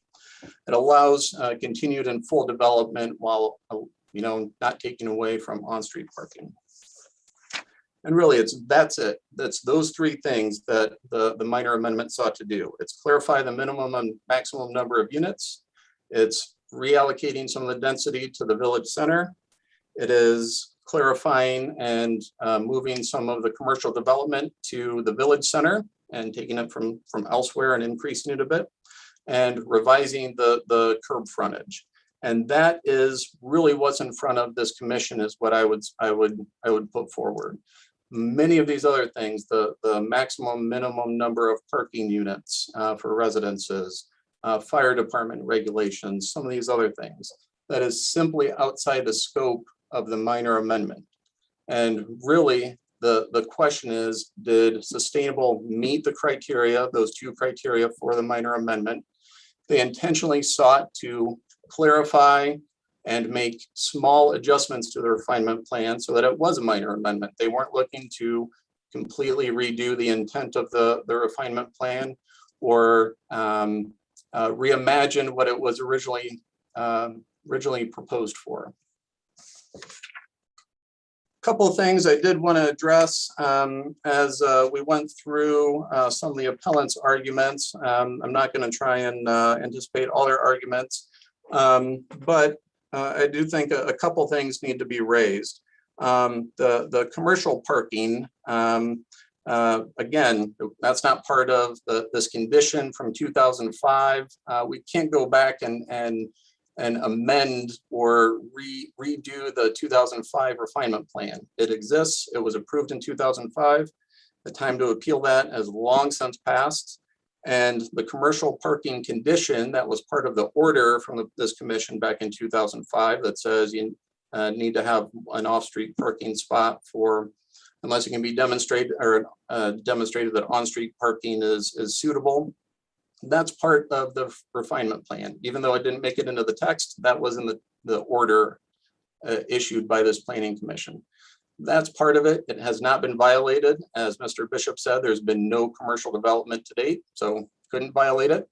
In addition, there's other parking requirements that are required. One off-street parking per 500 square feet, I believe it is. So again, sustainable is not trying to change the refinement plan. It's not trying to get away with anything. The refinement plan, the time for appeal has long passed. The other piece on providing clarity and consisting for parking and density, again, that is outside the scope of this appeal. It's not part of the minor amendment. It's not what sustainable was trying to go for. Wasn't trying to change parking requirements and increase or decrease them. It simply was not addressed in their minor amendment. Likewise, the conditions, the argument that conditions have not been adhered to or enforced, I believe that was covered by Mr. Bishop already.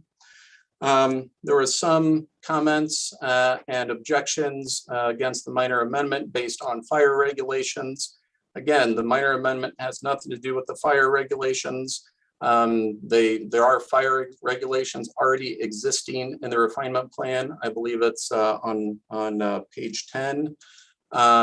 They simply exist. Sustainable is not trying to get around fire regulations or the need for the queuing space. They are part of the refinement plan already. And I think it is not only unnecessary to address that in this hearing, I think it's outside the scope of what's in front of this commission.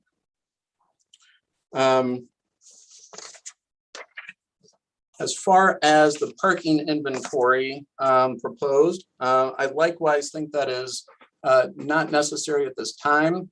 The complete layout is not ready. I think you need to figure out the configuration and the layout of the streets before you can go and do an inventory of parking spaces that don't exist yet on streets that don't fully exist yet. And I think while it might not be a bad idea in the future as it's being built out, right now I think it's not only unnecessary for the minor amendment and what sustainable is trying to do, I just don't think it's frankly very practical. There is much left to be done that's in the beginning stages of development. We don't know exactly what the streets and everything else will look like. There will be more of them. So it is not possible at this point to excuse me, to even do an inventory.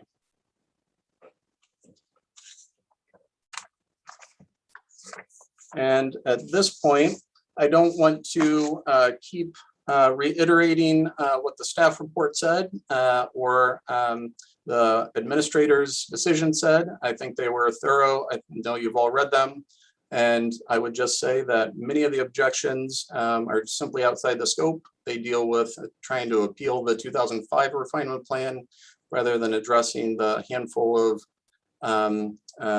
minor amendments that Sustainable put forward. And I would respectfully request that this commission affirm the administrator's decision. Thank you. That was 14 and a half minutes. So you're just under the timer there. Do any commissioners have questions for the applicant? Now there will be time for rebuttal again later. Commissioner Slater? I'm surprised I'm first on this one. Mr. Keene, just a couple very quick questions. There was some concerns by the appellants and commentators, the residents, that there's going to be a loss of either open spaces or significant mature trees. Would you speak to that issue? Absolutely. First of all, there is a tree plan in place. And I hate to be a broken record, but it's outside the scope of our application, but there is a tree plan in place. It's there. The owners are bound by it. If they want to remove any plans, they have to abide by the Salem revised code and doing an application and jumping through the proper regulatory process. So it simply will not be affected. That's another piece that I would like to emphasize is there are the entire refinement plan still applies. The Salem City Code still applies. The Fairview mixed use zone regulations still apply. So it does not get them around it doesn't allow them to remove trees. And same with oh, sorry, go ahead. So it's your intent to maintain the trees in the tree preservation plan intact? Well, we certainly have to abide by the tree preservation plan, and same with the open space. It's, it is designated open space, and we have to abide by the refinement plan. Thank you. As well as the Fairview mixed use zone and the city code in general. Thanks. I don't have any further questions. Anyone else for the applicant? Okay, Mr. Keene, you will have an opportunity for rebuttal here in a few moments. Thanks. So we will move on to testimony from the Pellets. There are two. They will each have 15 minutes, similar to the applicant. I can see Miss Valiant already there. So if you can state your name and address for the record, and we'll go forward. And I guess before I get into that, I just want to share my screen here. So if you can look, are you seeing my screen? Yes. You do. Okay.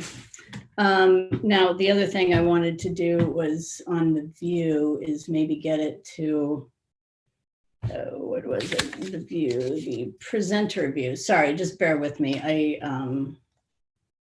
Does anyone know how to get it on the presenter view? Terry, it's that little, if you look at the bottom of the screen, it's the little, it looks like a little screen at the bottom of your PowerPoint slide. And it's where it says notes, comments, go a couple, two more to the right. That starts the presentation. Okay, thank you, Bryce. Okay, I guess before I start on my presentation, I was just hoping to find out if any of the planning commissioners were ever able to make a site visit. So two things real quick. One, I'll have to get your name and address for the record, but two, I think doing so typically would be, and the city attorney could help me out here. Yeah, and is already raising their hand. Deputy City Attorney, please. This is the time for you to make a presentation. It's not a time for you to ask questions of the council. So go ahead and make your presentation, give your name and your address, and present your materials. Okay. Well, my name is Terry Valiant. I'm a property owner in Pringle Creek. My mailing address, I live in Portland, 3331 Southeast Sherman Street, Portland, Oregon, 97214. I own the root cellar in the village center. For context, I'm also an urban planner. I have 25 years of experience in development review, actually.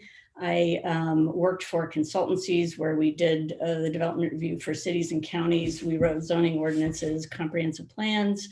I also was a senior member of the development review staff for the city of Corvallis. I worked for a large scale residential developer. I was responsible for getting all their land use approvals, which meant working with the community, understanding the codes, the processes, presenting things before staff, planning commissions, city councils, state agencies, making sure conditions of approval are met, getting the master plans then subdivided, and making sure whatever we proposed actually got put into place, CC&Rs, homeowner documents. So that's just context. I am representing the owners that reside in Pringle Creek, along with Dean Hsu, though they are individually representing themselves today, both verbally and or in written statements. I'll just get right into it. We were really surprised by the minor modification. There was zero outreach by SI, the applicant. They would probably say they weren't required to by code, but that really flies in the face of how this community was set up. Their application, and I, to a certain degree, the staff report, I feel is very misleading.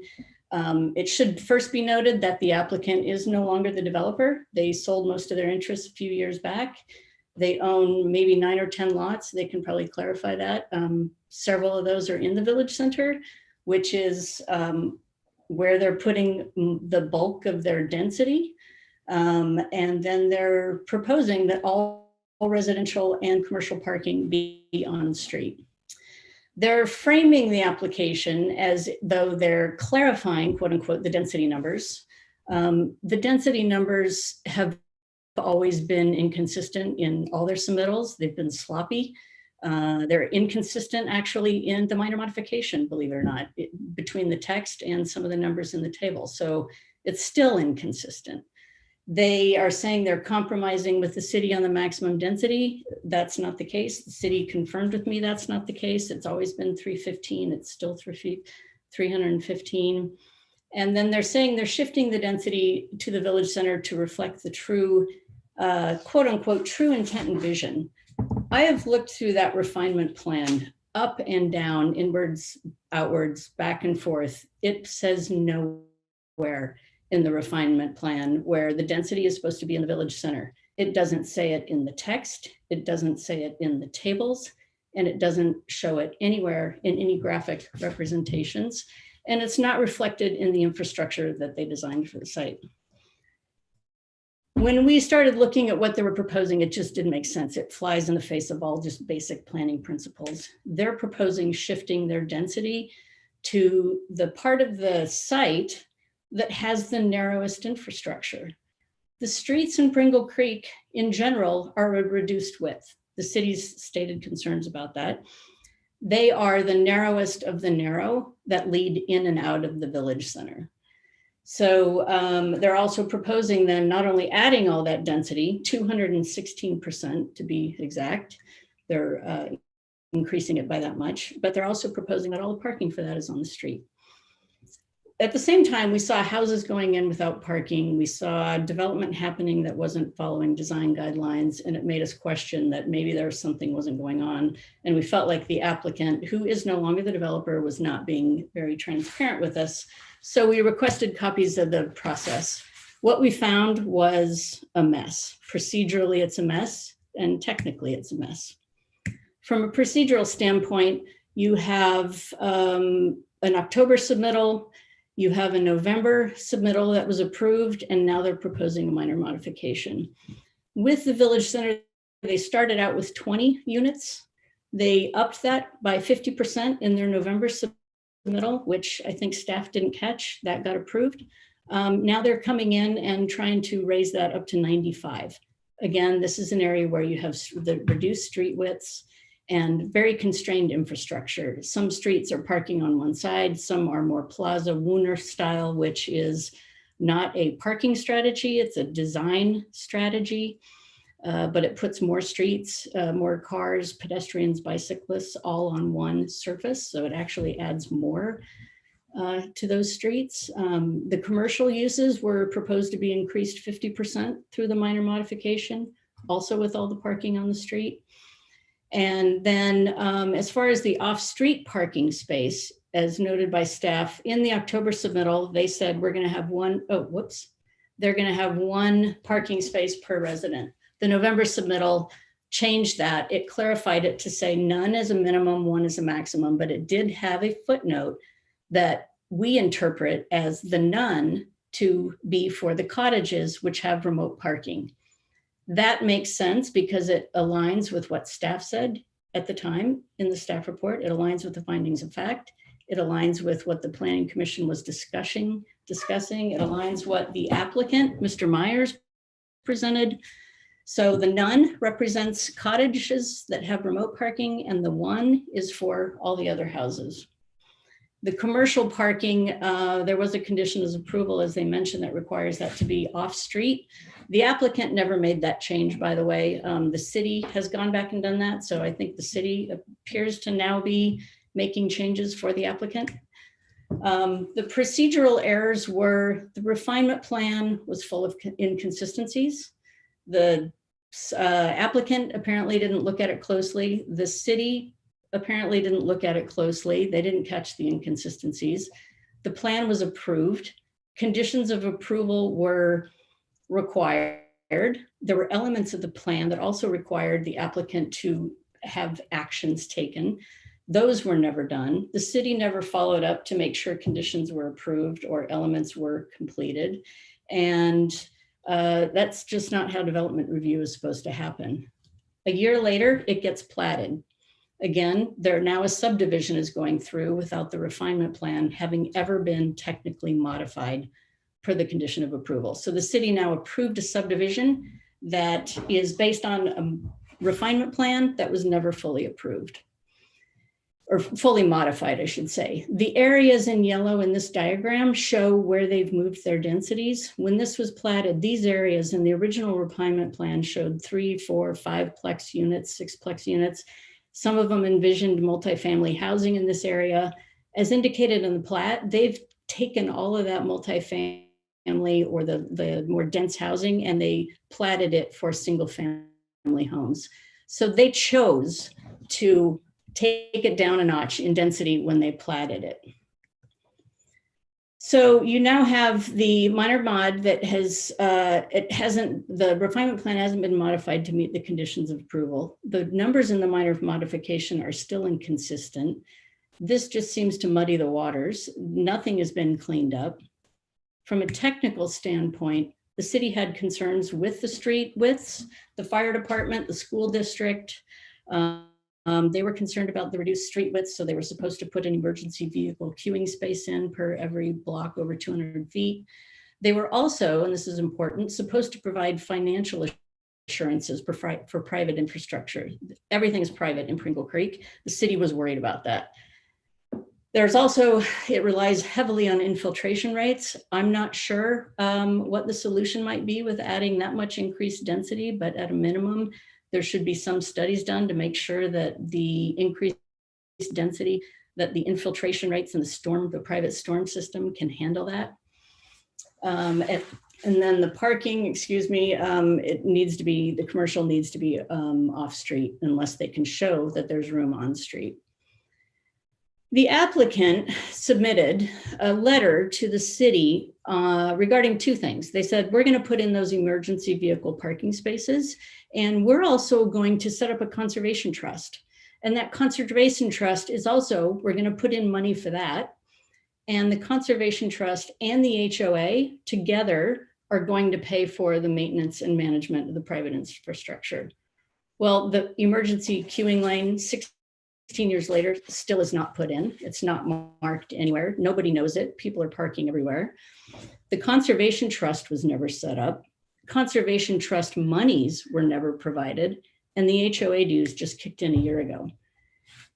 Relative to the density, this plan that you see here, it's a 3D version of the refinement plan. This, I got it out of the refinement plan, actually. The red area here, this is the village center. This is what they proposed. This is consistent with their intent. This is consistent with the density numbers that they put in their original refinement plan and the November 2005. So the village center was never envisioned to have high density. Again, the highlighted areas are where the density was supposed to go. That's because this is where the wider streets are. So there's no place in the text, no place in the tables, and no place in any of these illustrations that show the density was ever supposed to be high in the village center. This diagram from their refinement plan shows the streets that have been developed. You've got Strong Road out here, which is a 20-foot travel lane and two 7-foot parking lanes. This street has an 18-foot travel lane and two 7-foot parking lanes on either side. These are your higher order streets. Even this green one is. These are all higher order. This is where the density was supposed to go. It makes sense from a planning standpoint. It makes sense from an infrastructure standpoint. So for them to be pulling the density out of here because they platted it differently than they thought they were going to, and try to load it all up into this village center, this is where your infrastructure is most constrained. You've got the Woonurf Street Plaza here, which is just an 18-foot shared surface. They were actually supposed to have bollards also put in, and they haven't done that yet either. But there's no parking lanes. It's all shared surface, cars, vehicles, bikes, pedestrians, it's all in one surface. Cousteau Loop here is supposed to be a one-way. There's never been any signs put in that say it's a one-way, but so people travel both directions, but it's only a 13-foot travel lane and a parking on one side. So they're trying to put a gorilla on a baby's back. The infrastructure does not support the density. It wasn't designed for it, and it wasn't constructed for it. The staff is now, I'm not sure why, but supporting the plan. It doesn't make sense. They're quoting recent statewide initiatives on middle housing for why they're allowing all the parking, residential parking, to go on the street. And they're using the downtown district as an example because you can develop residentially down there and you don't have to provide parking. That's comparing apples to oranges. Here are the streets in Pringle Creek on the left, and there's your streets downtown. I don't think I need to explain much there. Here's other streets right off the village center, coming out of and feeding into the village center on the left. If there were an emergency, a fire, and people park on both sides here because there are no signs. This is what the city's talking about downtown with the middle housing and the residential parking districts downtown. A UPS truck parked takes up the entire lane. You can't drive around them. So there are still legitimate emergency access issues, legitimate parking issues. The applicant has done nothing to prove that there aren't going to be impacts related to that increased density because of that. When we asked about the parking on site, of if it's all going to go on site, there is limited parking. How is that going to be managed? How many spaces are there? When I asked the city, they had no idea how many spaces there were. The applicant hasn't any idea how many spaces there are. And when I asked for a plan on how they're going to manage it, also nobody knows. I don't understand how the city can support an application that adds 216% more residential density and a 50% increase in commercial to an area where it's private infrastructure, reduced streets, and the narrowest of the narrow. It doesn't make sense from a planning standpoint, and this really should have been considered a major modification because there are significant impacts. With the applicant's parking inventory that staff mentioned, here's a picture of it. There's like, I think 9 pages that all look like this. It's hard to read. I realize it's hard to read if you print it out, so there's no difference. It's a diagram, it's not a plan. It's a diagram that was built based on the refinement plan. It's not based on how it was platted.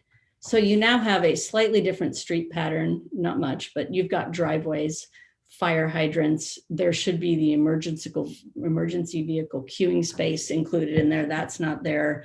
So there's no way to tell how many spaces available. And there is no, a plan generally tells you what you're regulating, how you regulate it, when you regulate it, how you know, how is the parking going to be assigned? Is it first come, first serve, so that the people in at the end, the parking's all taken? Is it based on the percentage? How is the city going to review this when parking comes in for development in the village center? Ms. Valiant, we're really close to time. If you could. Okay. I can. So it's a mess on the ground and it's a mess on paper. The application should not have been accepted because the refinement plan has still not been modified to meet the conditions of approval. So we're asking that you deny it and that we're okay with the original vision and intent. We are happy with the original vision and intent and the original refinement plan. We're not trying to appeal that.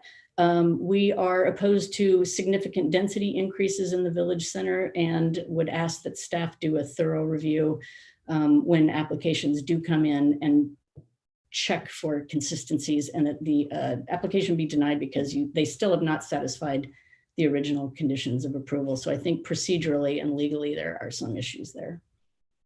And I'm willing to answer questions. I've got the copies of the refinement plans in front of me. I have lots of development review experience. This is not how it really should happen. Developers need to be held accountable. They are now no longer the developer. So who is going to do these things? Well, we'll open it up right now for questions for the commissioners, if, okay. Should they have any right now. Thank you for your time. I realized you had a big packet, and your volunteer efforts are commendable. Thank you. Thanks for understanding. Any commissioners who have questions for Ms. Valiant or the presentation? Don't be shy.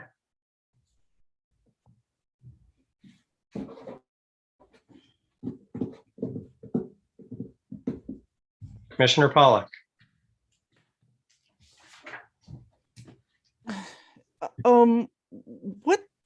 What did the village center is? I kind of understood it to be that it was supposed to be the center where a lot of businesses and services would be provided in providing for the outlying residential, whether it be single family or multifamily. That am I wrong in that? Well, I've got it is intended to be a community gathering spot. There is the regeneration of some old buildings that exist there. We own one of them where they wanted to keep the history of the site. And so you regenerate these uses. They originally envisioned them to really be a place where the community can gather. You have educational things or workshops or communal spaces, lots of open space. It really doesn't say anywhere that this is where the density needs to occur. It also, I noticed that the Mr. Keene mentioned their townhouses and multifamily in the village center. Neither one of those are listed as approved uses. So but it raises a good point, is if there is going to be multifamily, there should be a definition in the refinement plan for that. But the refinement plan, to get to your question, no, it doesn't say anywhere where there is, that this is supposed to be the most dense. So I think there's been some confusion that the village center equals density, or like Mr. Keene said, it needs apartments. No, it does not need apartments. The village center operates independent of density. It's a community gathering space. It's the regeneration of buildings. It's more open space. It's the Woolnorf Plaza design. It doesn't say density anywhere. And the tables in the original refinement plan they didn't envision that density. You know, it was anywhere between 4 and 30. So for them to say now 95 and that's consistent with the intent and vision, it is extremely misleading because I would ask them to point out in the document where it says that that's where the density is supposed to occur, because I've not seen it anywhere. Mm-hmm. And so the graphics and the tables back that up. It's not in the text, and it's not in any of the tables, and it's not in any of the graphics. So, and so can I just follow up a little bit? So you're also not envisioning that there would be any kind of new commercial in that area? No, commercial we've always envisioned. I own one of the commercial lots. So yes, no, it's always been commercial. It was supposed to be convenience level retail, 30,000 square feet maximum is what they proposed. So small level retail, maybe a bakery, maybe a little cafe, or a bodega. Live work, maybe you were a massage therapist and you've got your front space and then you live upstairs, things like that. So yes, it was always supposed to have some commercial, and we always knew it would also have some residential. So what about that 45,000 square foot? Well, that's a 51% increase. Yeah, but what about? Well, I'm not sure. I mean, I'm not a commercial real estate agent. It potentially could work. That's like a grocery store, right? 45,000 square feet's a lot of square footage. Yeah. That's a lot of square footage for a small community. But our concern actually is the 95 residential units, because the city staff has changed how they are interpreting the parking standard. Back when it was approved in 2005, they said 1 parking space per unit. And the applicant even said that to the Planning Commission. So now they're looking at the use table and saying, well, it says none minimum, 1 maximum. But when you look at the footnotes that got messed up because they changed the use tables and they didn't clean up the tables, the footnotes got misaligned. But the staff, I think, has now gone back and corrected that for the applicant, which procedurally also seems odd, because then why don't they clean up some of the other things? But they've cleaned it up to where it's now minimum none, maximum 1. And then there's the footnote that says cottage units have remote parking. All other residential has 1. Thank you. So I don't know why it's changed, but the density, 95 residential units and 45,000 square feet of commercial in an area where your infrastructure is the narrowest and the most constrained is terrible planning. Thank you. You're welcome. Any other questions from commissioners for Ms. Valiant? I have one, Ms. Valiant. When Mr. Bishop did his staff presentation, put forward a number of amendments to the recommendation to affirm. What is your take on how those affect? Because some of them tie to what you're talking about here, the potential changes. Oh, with like the conditions of approval? Yes.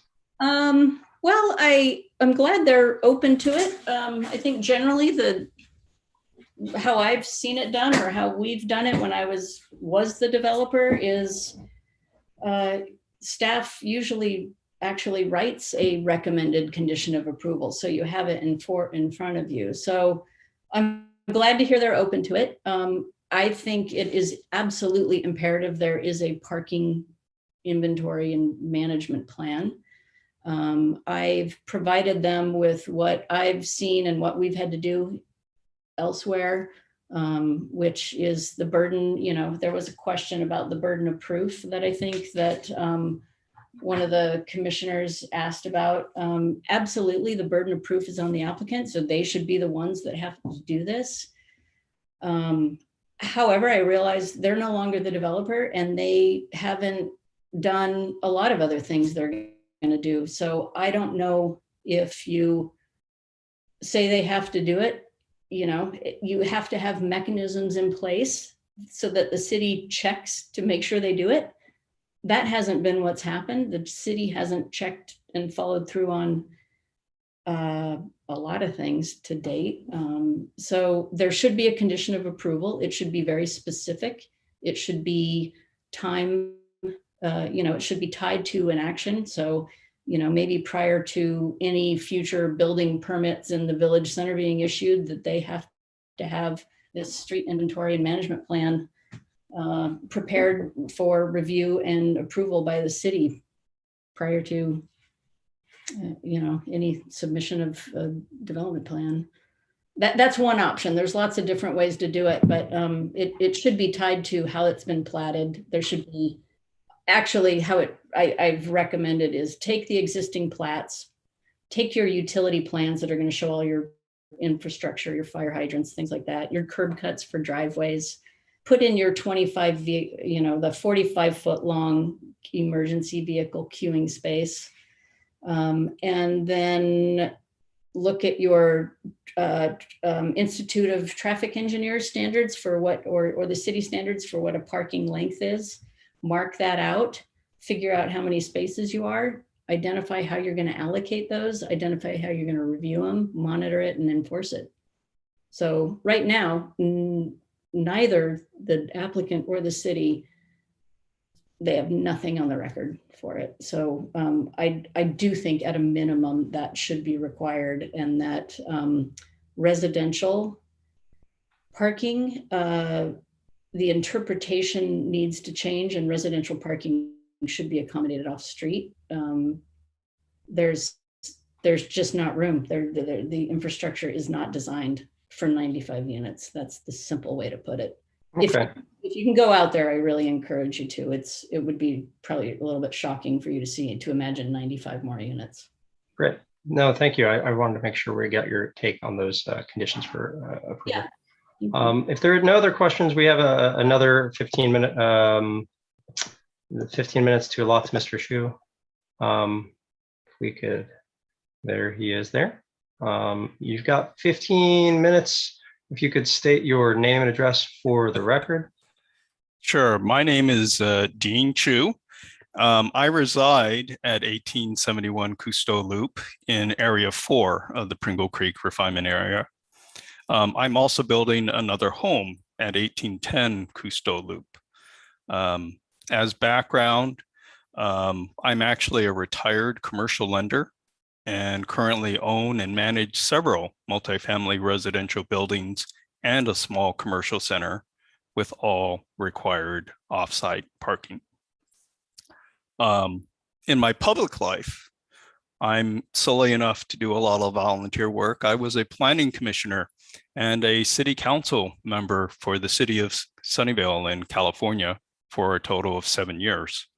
Sunnyvale is a town of about 155,000, approximately the same size as Salem. Also, I served for 7 years on the Valley Transportation Authority Board. The VTA, as it's called, operates the bus and light rail transit system in Santa Clara County and acts as the congestion management agency for the 1.9 million residents of Santa Clara County. And a congestion management agency coordinates all of the public transportation and road infrastructure that's done within its service area. In addition, finally, I also served for 4 years on the San Francisco Bay Metropolitan Transportation Commission, which is the regional congestion management agency that covers all of the 9 Bay Area counties, servicing 6.7 million residents. I'm here today to ask that the Planning Commission reject the refinement plan minor amendment request. I also included a list of over 40 members of the Pringle Creek community, long-term residents and recent buyers, all who want the minor amendment to fail as it is written. This is a supermajority of all of the residents in Pringle Creek. Yes, the minor amendment doesn't exceed 20% growth in commercial, and it doesn't exceed residential. But to give you an idea of how messed up the refinement plan actually is, let me share this. Let's see if I can share. Let's see now. Share screen.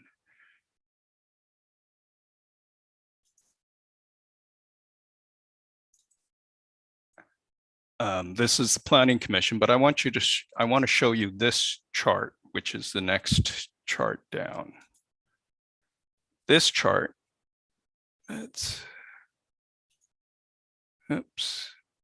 I need to size this so that you can see it, but I'm going to move my face over here so that you can see this. This chart, these two columns, is the summary page of the refinement plan, and it shows various numbers for each of the areas, and they total out to, you've heard the 315 at the bottom.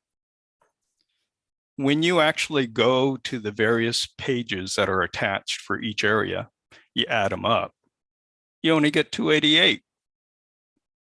So I mean, you have inconsistency from the very beginning. What's interesting for area 3 is on the summary page, it says actually 13 dwelling units as the maximum, versus in the detail page, it says 30 dwelling units. So you have a lot of inconsistency that's going on.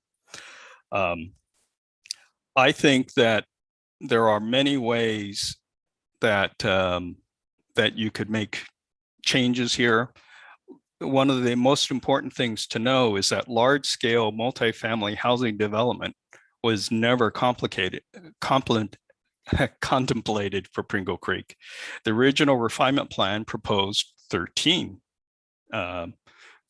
dwelling units for Area 3. Consequently, there are no design standards or no description at all for large multifamily housing in the refinement plan.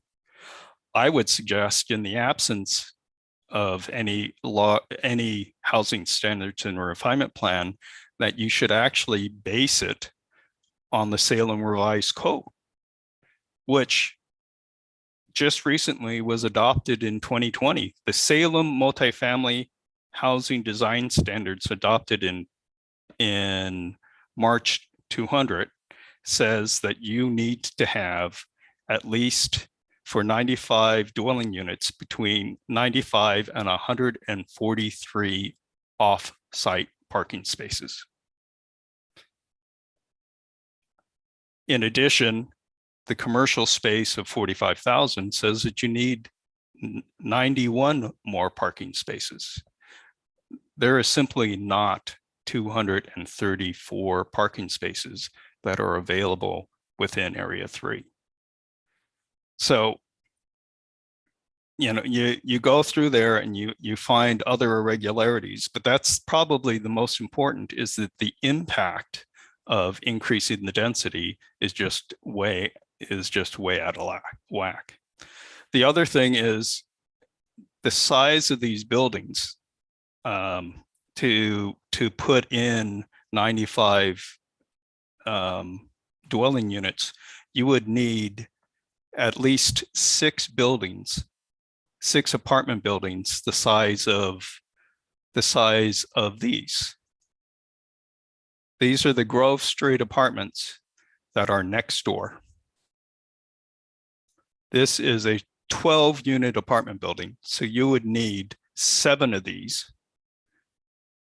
No, you would need 6 of these just to get to 72. So you're talking about something that looks like that.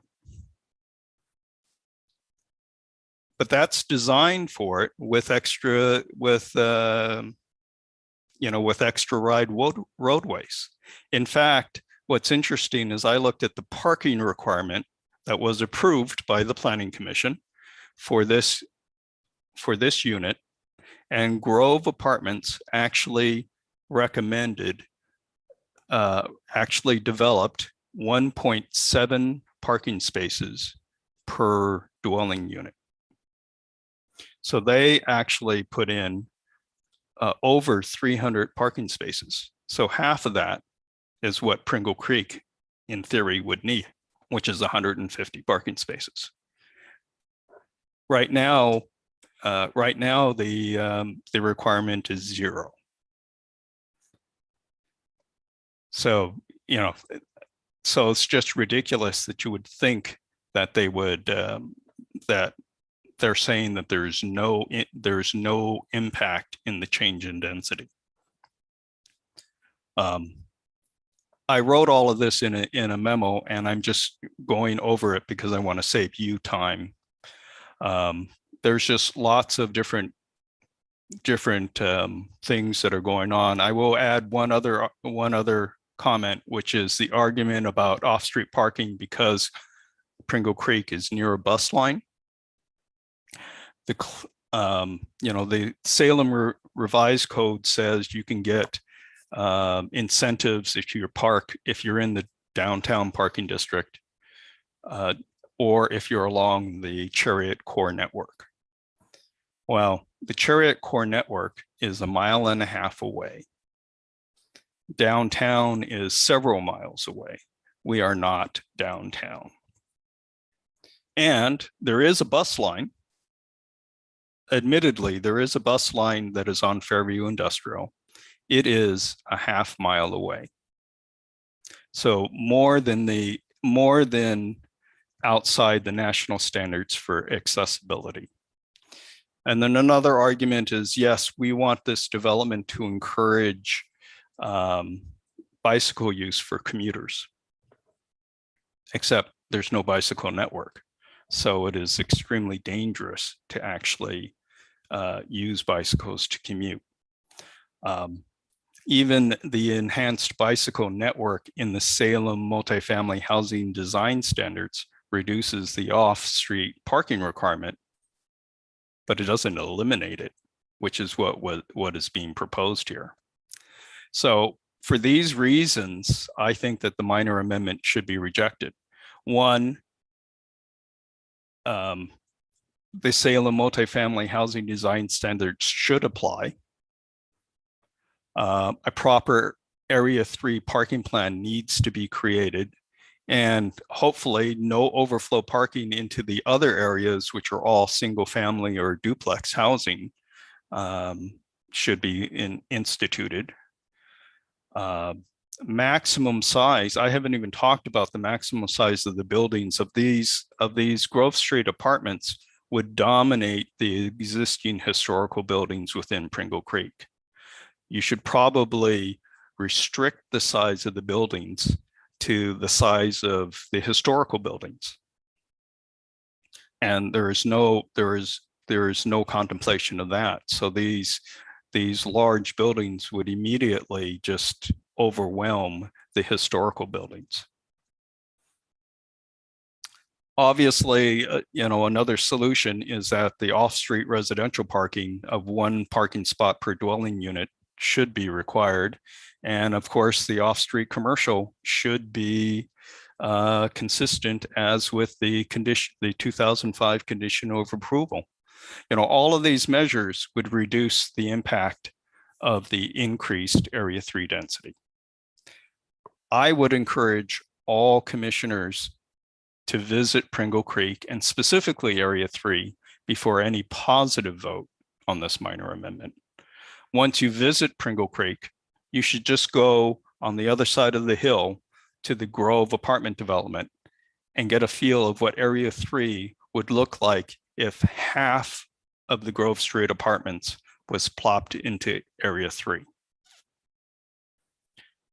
Also, look at their required off-street parking. As I said, the vast majority of the parking is off-street, and they actually put in 1.7 parking spaces per dwelling unit. As I said before, the original applicant implies that there is substantially no change to Pringle Creek community with this proposed shifting of density. The density changes in Area 3 negatively affect the village feel of the entire Pringle Creek community and introduces large multifamily housing into the community where none existed and none was contemplated in the refinement plan. Nowhere does it say that Area 3 should have higher densities. No mitigation measures are being introduced to compensate for the shift in density. Therefore, the amendment should be denied. And over 40 of my Pringle Creek neighbors, the vast majority of Pringle Creek residents, also agree. In fact, there is nobody at Pringle Creek other than those that are specifically affiliated with the applicant who wants the amendment to pass. And with that, I'll just stop and answer questions. I have other pictures to show you of density of street widths, but I think Terry's shown those. So I won't even, I'll try to save you time. Thanks, Mr. Chu. I appreciate it, and I appreciate the presentation. Are there any questions for Mr. Chu from the commissioners?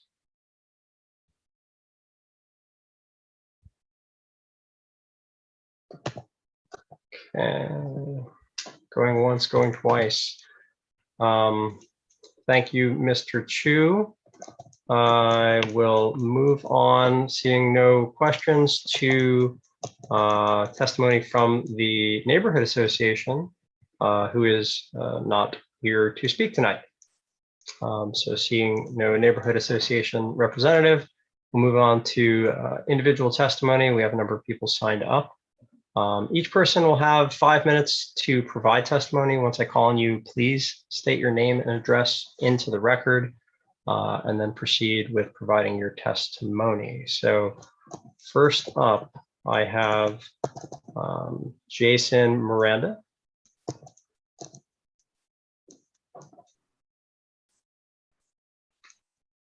Can you see me? I sure can. Name and address for the record, and then go for it. You betcha. So Jason Miranda, and my address is 2017 Audubon Avenue here in Pringle Creek. I originally wrote a letter, and I was going to paraphrase some items in the letter, but so many people that were before me presented such great evidence, I don't necessarily want to go over things that were repeatedly said. What I would like to say is the density change is purely for the advantage of the applicant. If you had spent any amount of time in this area looking around and looking at the planning documents that were presented today, it's very clear what the original intent was, and it was not to push all of this extra volume of space into that area over there. It's being requested by the applicant because it's to their advantage, because that's where the property that they own that they're trying to sell. It raises the value of those properties, and it raises the ability for a purchaser of those properties to use them for purposes that were not originally intended. In my letter, one of the big concerns I have as a homeowner in the area here is, again, if any of the people in the commission were to walk out here and look around, and if I were to point to you and show you where the proposed apartments would be going in the space, you'd laugh. It's ridiculous to think that they would go there without adequate parking space. And quite frankly, even if they were planning to put in parking space, I don't know where they'd put it. Even if they were going to build lots, or I mean, the idea of a parking garage seems ridiculous, but some way to place cars. If I showed it to you, you'd laugh. It's ridiculous. This is not for the benefit of the community. It's going to cause problems, as numerous folks already mentioned. The streets are very, very narrow there. They're narrow most of the area here in the community. The infrastructure can't support it. The density change would absolutely wreck that part of the community and all the rest of the surrounding community as well. So I implore you, please do not approve that proposal. It's going to hurt the people that live here. And I assure you, if you lived here too, you would feel the same as those of us that are giving testimony today. So thank you. Thank you, Mr. Miranda. Any questions from commissioners?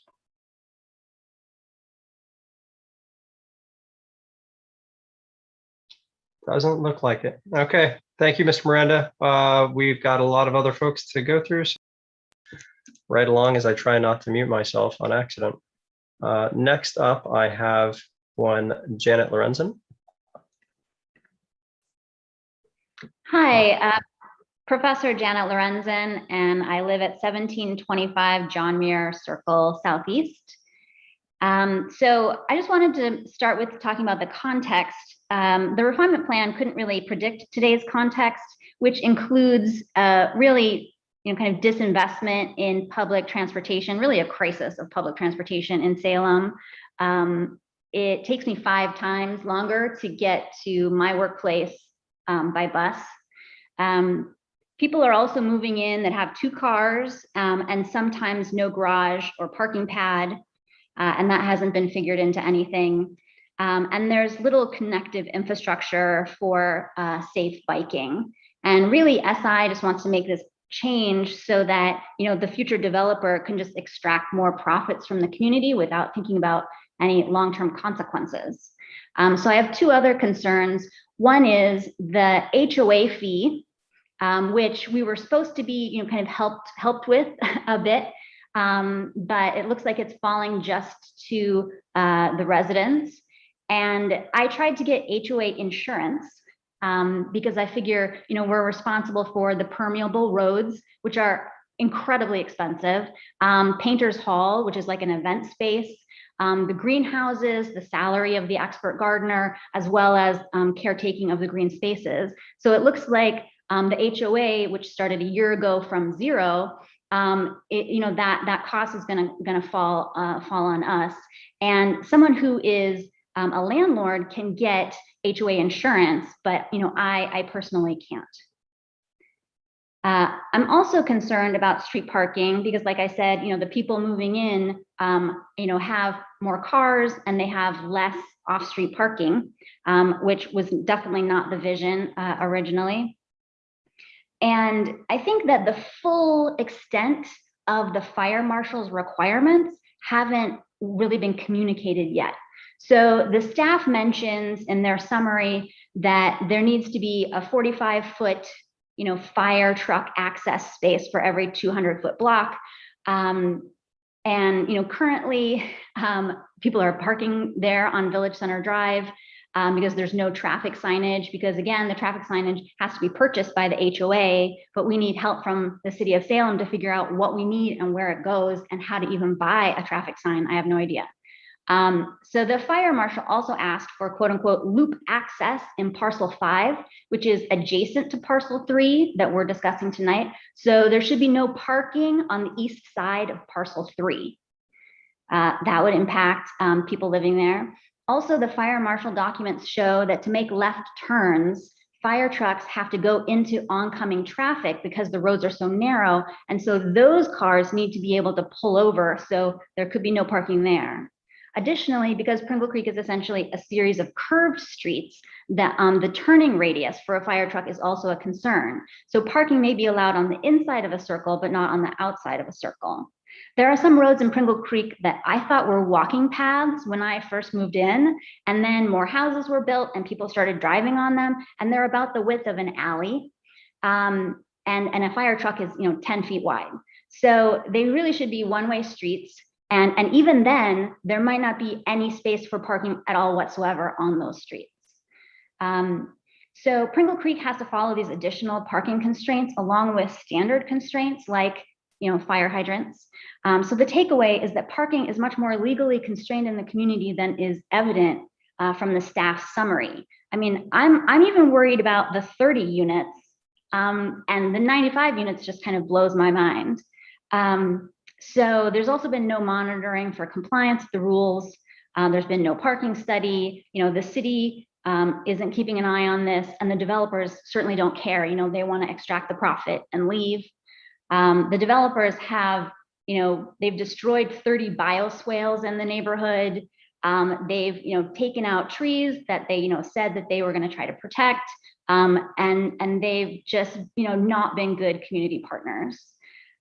So Pringle Creek is not a major transit corridor. And 95% of the people who live here, rely on a car right now. And so I think, the staff said in their summary, well, maybe this will create a parking crisis, but shrug, like maybe that just means they'll be more likely to get a bus stop sooner. But I think that planning should prevent crises, right? Not cause them. So please think carefully, before you make this decision. Thanks. Thank you, Professor. Any questions for Professor Lorenzen, commissioners? Commissioner Pollock. You didn't quite address this, but I'm gonna see if you know about this. On the refinement plan for Area 3, page 13, it begins with Area 3 is developed as a community center with an active open space plaza of 1.5 acres, featuring 2 large native oaks and as an anchor to the community square. And I think it says down here that maybe Area 3 is 4.5 acres. Is that correct? Are you aware of that? I know I could ask somebody else, but I was just hoping maybe you had that information. Okay, I'll ask somebody else. Thanks. Okay. Any other questions that hopefully Professor Lorenzen can answer? Okay, not to pick on Commissioner Pollock. Okay, thank you, Professor.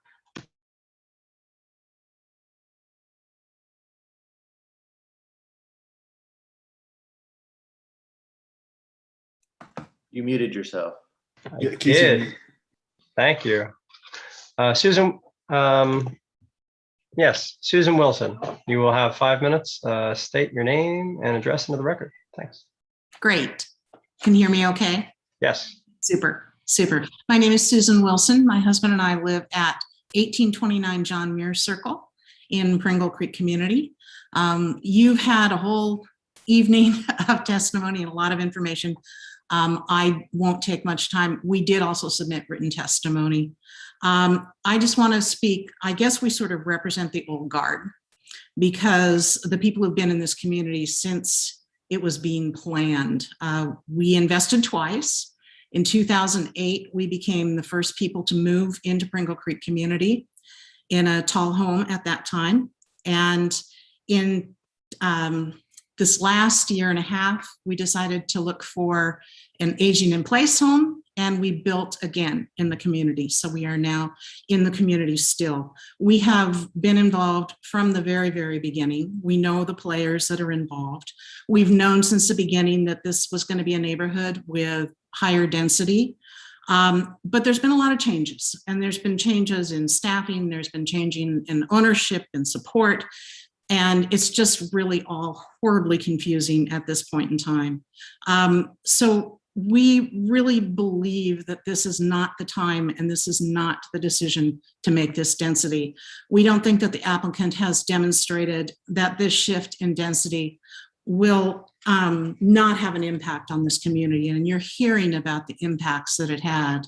If you think of your own community and maybe there was going to be a 30-unit multifamily, and you're now told it's going to be 95 units, basically in the same space. And that includes, as everyone has said, no condition for off-street parking. With the changes, it's going to put so much pressure on the narrow streets in the community itself. Density in and of itself is not a bad thing if it's managed well.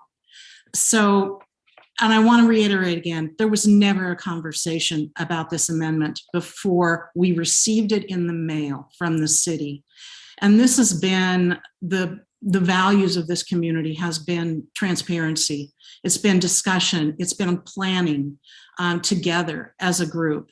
And I understand it technically fell within the parameters of the minor amendment because of numbers, but it didn't fall under those parameters because of the impact on the community. It's honestly a fairly sad time in our neighborhood. The new developer that SI sold to is following very few of the community guidelines for building. They've destroyed a lot of the natural features. We need to clarify. We need to be able to clarify what this community is again and see what's going on. We don't believe that the amendment is in anyone's best interest other than those of SI, who needs to make a sale and wants to be able to maximize on that. That's all I have. Thank you. Any commissioners have questions for Ms. Wilson here? Thank you, Ms. Wilson.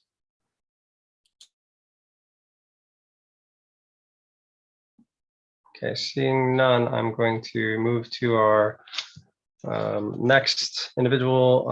I have Dan. Dan, sir. You've got 5 minutes, name and address for the record, please. Sure. My name is Dan Sewer. And I live at, I have a house at 1851 Cousteau Loop and 1841 Cousteau Loop. So I think, I mean, first off, I thank the commissioners for listening to this and being so attentive. I really want to thank Dean and Terry, or Terry and Dean, for doing the yeoman's work of digging through all these historical documents and trying to figure out what's gone on. What they presented is pretty, what I want to do is sort of touch on the idea that the documentation says that, but also my experience, we built our house or started interacting with sustainable investments in Pringle Creek in late 2014, early 2015.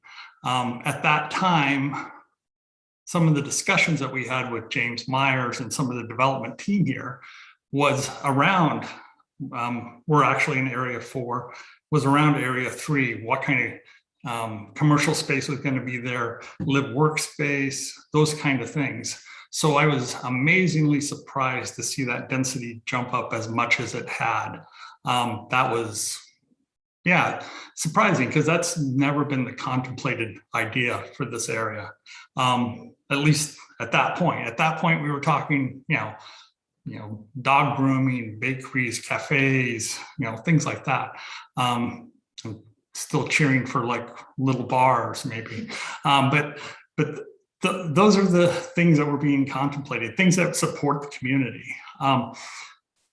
It was never contemplated of having 95 units down there. And I did a lot of due diligence while I was doing this work or looking at this place, because it was a little strange, small lots, it's a fairly dense place already before you start doing that.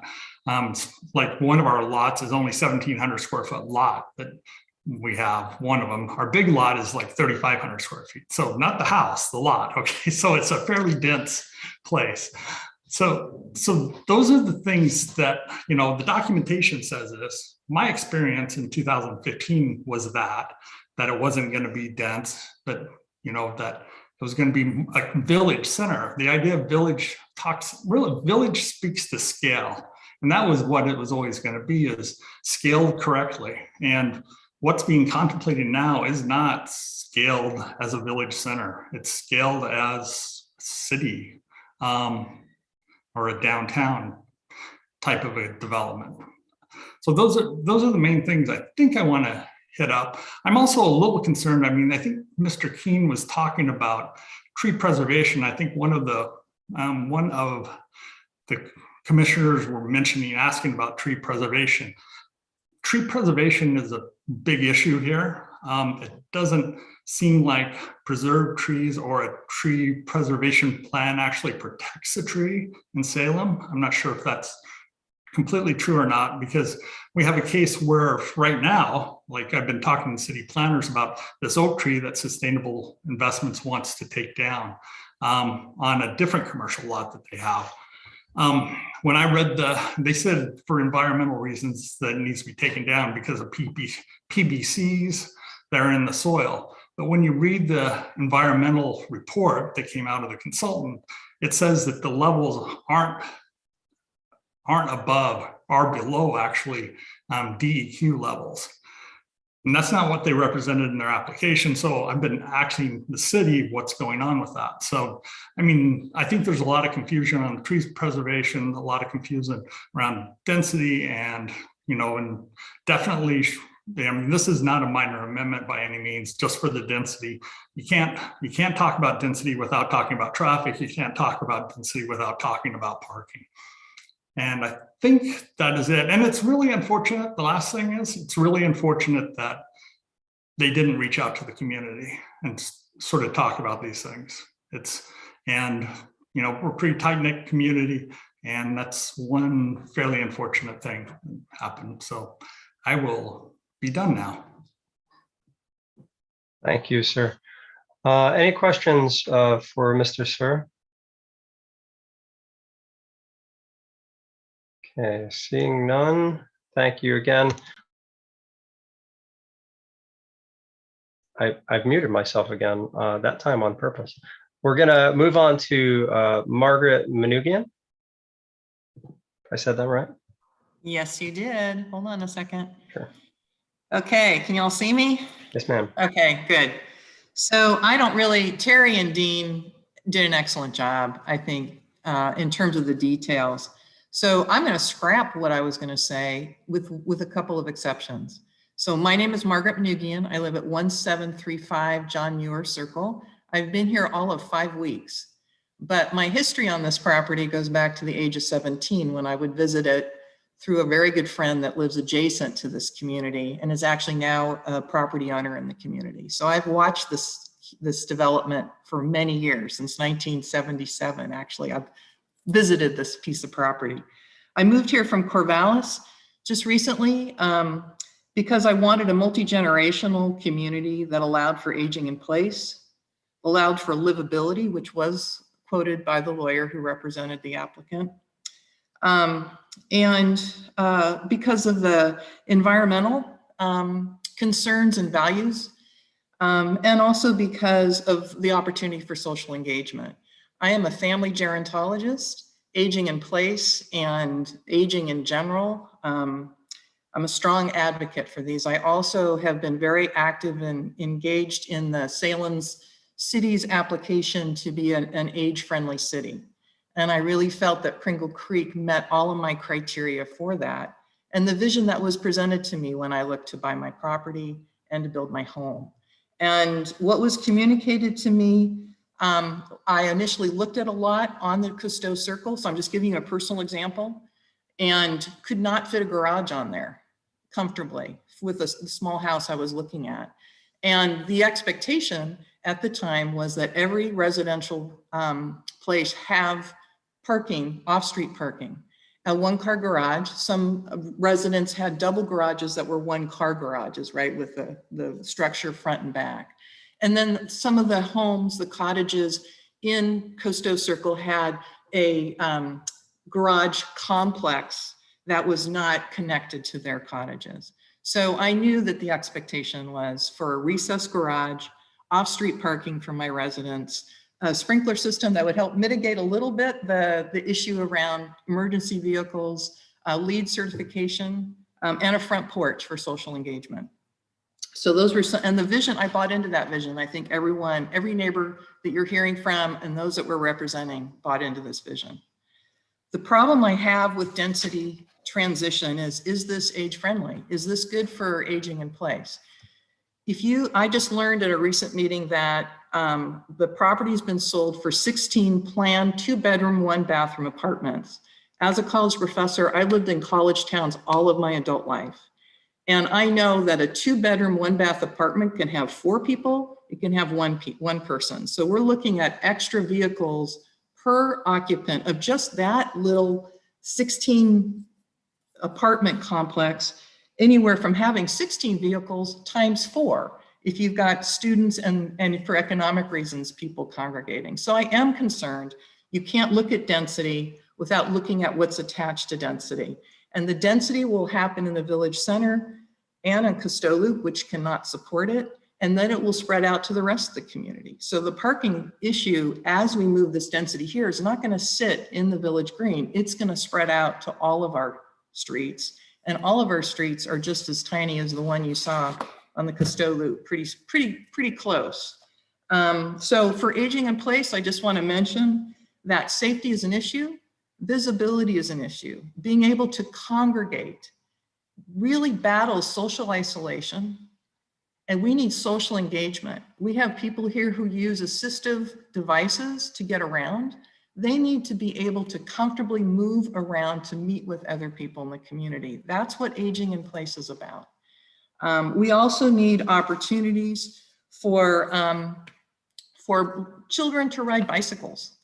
We have a multi-generational community here. They're not experienced in navigating our tiny streets necessarily. If we have compacted, dense movement of buildings closer to the streets and also more increased parking and density. So that is my concern. I'm not against density. I actually believe in it because I want to preserve green spaces, but we need careful, planful look at density, please.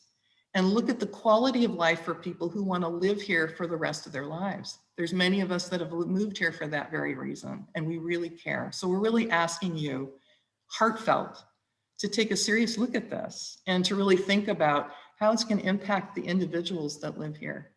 So I just want to, I provided you with a very verbose statement with resources. I'm happy to answer questions way down the road, but I'll turn it over to the rest of the folks here. So thank you for the time. And I do appreciate you listening. I know this is a lot of work. So thank you. Thank you, Ms. Manugian.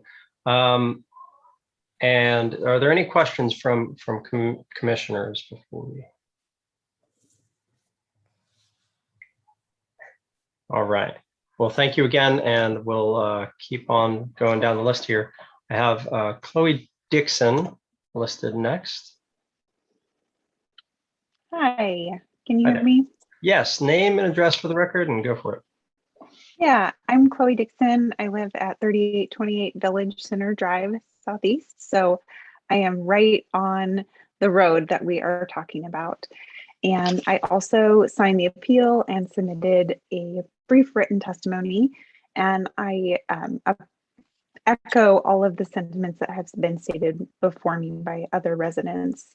Terry and Dean did an excellent job of summarizing the facts and the circumstances of this situation. And I am just here to state that I do not support what has been proposed as a minor amendment from Sustainable Investments. And I do wholeheartedly support the original vision and intent of Pringle Creek community. It is an incredibly special place. As Margaret just stated, I moved here as well. I moved here a year ago, and I was attracted by the sense of community. I think there's a crisis of a sense of isolation socially in our society, and people are really craving a sense of connection. And I think we need to be mindful that we need to create that in a safe manner.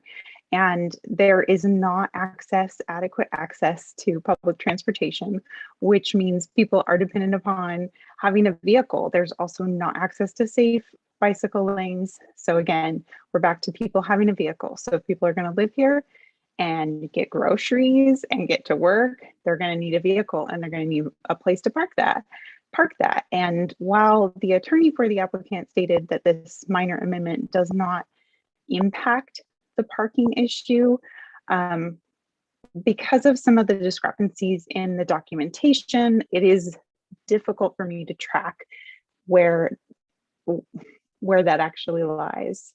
But I do implore the commissioners to please consider that, and consider that there may need to be additional refinements or clarifications put in writing before changes are made that impact that.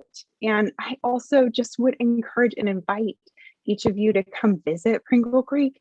It is such a magical place, and right now we are lush with fruit on the trees and vegetables in the gardens and residents out enjoying each other. And I am very concerned about the impact of our ability to enjoy that should this amendment from Sustainable Investments be supported. So that's why I'm here in support of what Terry and Dean have submitted and in support of Pringle Creek community, truly. So thank you for your time and consideration. Thank you, Chloe. Are there any questions from planning commissioners?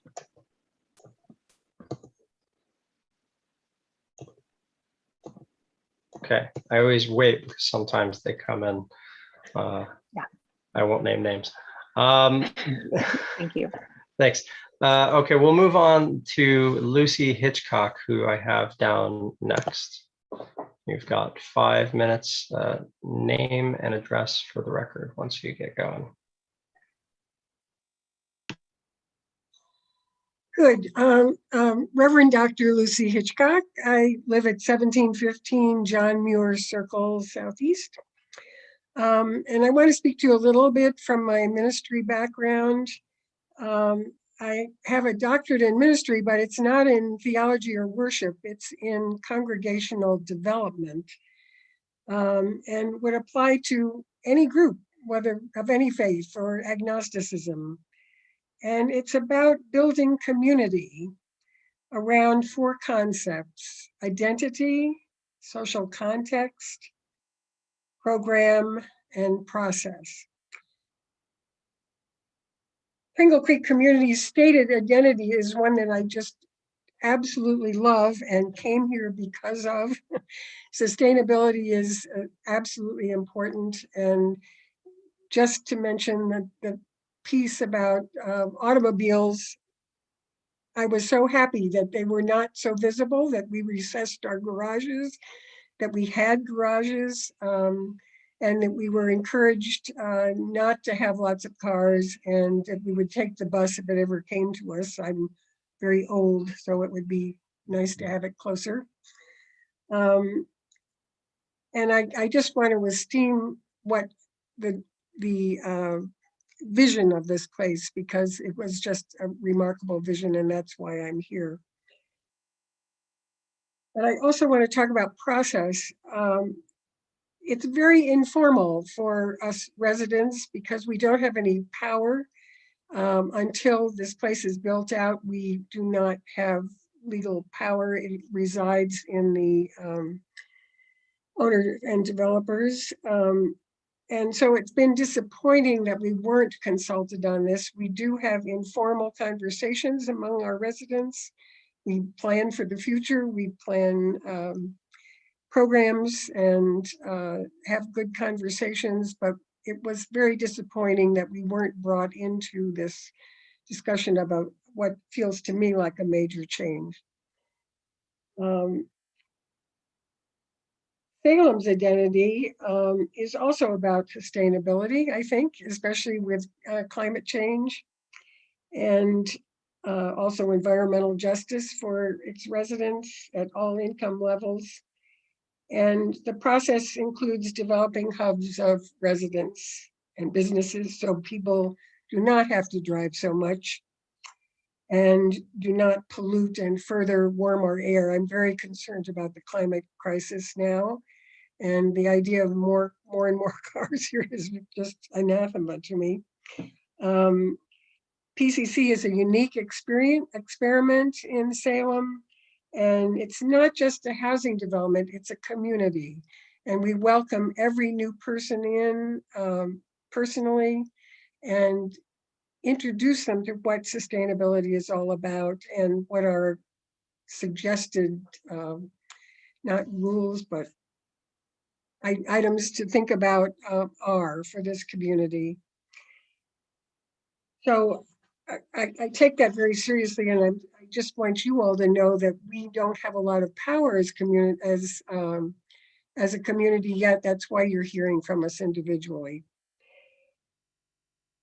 I really ask you to take your time, require a detailed map at the very least, and do that before you accept this minor amendment. And we need to see what this increase in density would mean. I heard the attorney tonight say that he was going to put in more streets, and I practically fell off my chair. We certainly don't need more streets added in here. I've never heard that before. It's very important that we know in advance what will happen if such density comes in, and it can be not allowed if it is shown that it will not be safe for people, or just be a danger and very much interrupt what we think the sustainable community is about. So I thank you for your time, and I hope that you will see how serious we're taking this and help us out. Thank you. Thank you. Does any commissioner have questions for Reverend Dr. Hitchcock? Looks like we have one, Commissioner Pollock. Yes. On the staff report, it indicates that the applicant on March 16, 2021 contacted the Morningside Neighborhood Association and provided details about the proposal. Do you know, was that a meeting, or they just contacted the representatives, or, you know, did you attend, and what exactly did they, if you did, what did they represent to you? I tried to attend that, but was not able to get onto the Zoom meeting. And I heard that from other people as well. Morningside is not, it's a neighborhood association. It is not our community itself. It's not PCC. But I was not able to get there. I tried. Okay. Yeah, we don't go to that neighborhood association meeting. We don't consider that our neighborhood association. Often we try to have one person go to just keep an eye on what's happening, but that's not our neighborhood association. Yeah, thanks. Sorry, Professor. That's okay. Thanks. Yes. Yeah, obviously my question was addressed to Ms. Hitchcock, the one that's testifying, but thank you for that comment anyway. Any further questions for Reverend Dr. Hitchcock? Okay, I will add that if you are a climate advocate, that you pay close attention to our climate action task force that is currently ongoing as well. So I agree. Great. Wonderful. Okay, well, thank you. We're going to move right on to our next person we have on the list, Wilma Chu. And I can see your wall. State your name and address for the record, and you've got 5 minutes. See if I can turn that around. There we go. My name is Wilma Chu. I live at 1871 Cousteau Loop. My husband Dean and I are building a home at 1810 Cousteau Loop.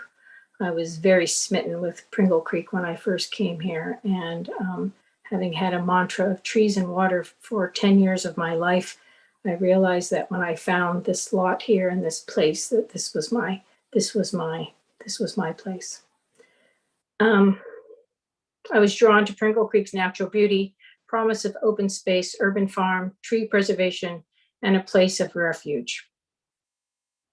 Both of my children happened to be attending universities in the local area. It seemed like a harmonic convergence. As one of the community managers stated, Pringle Creek is designed to be a comfortable modern development that emphasizes interacting with other people and the landscape. Livability and sustainability were terms SI used when marketing lots to prospective buyers.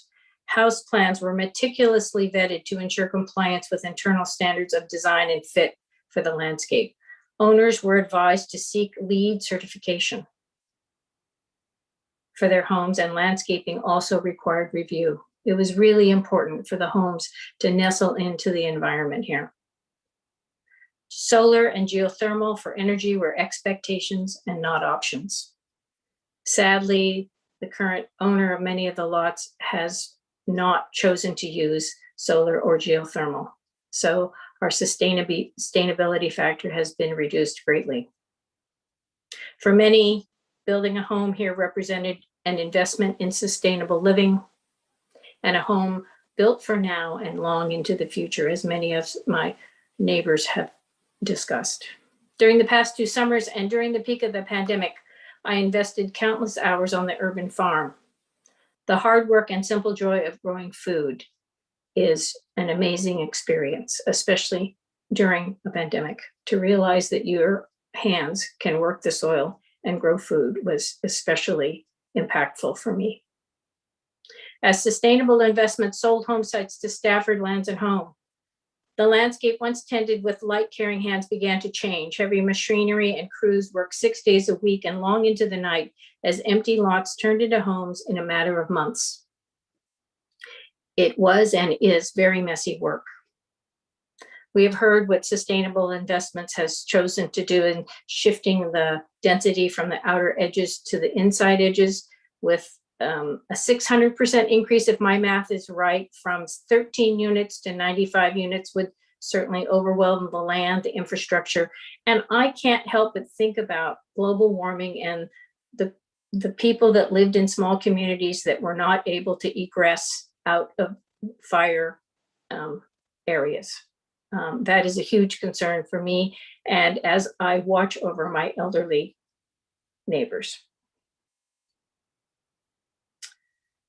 I am struck that the notion of on-street parking for these 95 residential units and 10 workspaces, which Stafford has proposed for one of the buildings, accessory buildings here, would lend to a walkable, bikeable, pedestrian-friendly environment envisioned by the founders. Having witnessed recent home construction here, virtually all have off-street parking.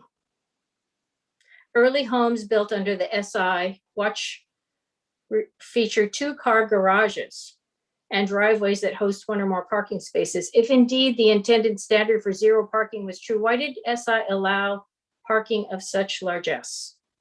Did the standards change, or was there a misinterpretation or simple error? And I think Terry spoke to that. The cottages were meant to have remote parking, and every other lot was expected to have at least 1. I wonder how everyday lives would work with zero parking for incoming residents. The nearest feeder bus stop is a half a mile away, and the next transit station is not friendly to young families or persons with mobility limitations. Are there plans for enhanced transit in our Morningside neighborhood? Would there be an allocation of parking for rideshare services or charging for electric cars or bikes or community-based vehicles? I would like to hear from a planning commissioner or member of the staff who lives in a place with zero parking. I think that's the ideal, and we can certainly get there in time, but I don't think that was the plan for Pringle Creek. At this juncture, it seems over time there is much fragmentation in the overall development of Pringle Creek, and I am acutely aware of the inconsistencies that Terry and Dean brought to fore.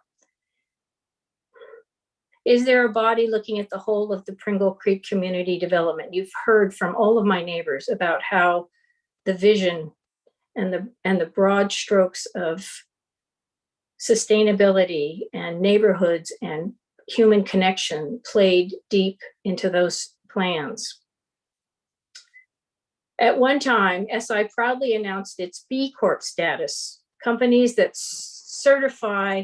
are certified for balancing purpose and profits, companies that positively impact workers and community and customers and environment. And like many of my neighbors, we were not notified or invited in to ask about how any of this might affect us. Ms. Chu, we are at 5 minutes. If you want to wind up for us. I will. Thank you. The smallest of streets deserve special consideration. If there's a landscape fire, there is no access for fire trucks. I think we need a parking plan. And I want to say thank you to the Planning Commission. I'm the wife of Dean. I've endured many a Planning Commission late night and a city council and transit meetings. And so thank you for your volunteerism and your efforts to create a sustainable society. Great. Looks like we have a question from Commissioner Pellets. Yes. So I understand from the staff report that the homeowners association for Pringle Creek was provided notice. I take it you're a member of the homeowners association? The homeowners association is run currently by Stafford, and we have meetings on occasion, and it's we're invited to attend, and the agenda and the decisions are solely those of Stafford. Stafford, what is Stafford? Stafford Lands and Home owns the residential lots that are being built here at Pringle Creek. Oh, so they still run the homeowners association. They have the majority share of the lots. So they haven't turned it over to the homeowners because they have the majority share. Correct. Okay, so do you know that if they ever had a meeting with the residents about the changes? I'm not aware of any meeting recently called by the HOA to discuss these issues. Yeah. Okay, that's really insightful. Thank you. You're welcome, and thank you. Okay, no other questions. Thank you again. We have Shanna Mead and Brian Cavanis.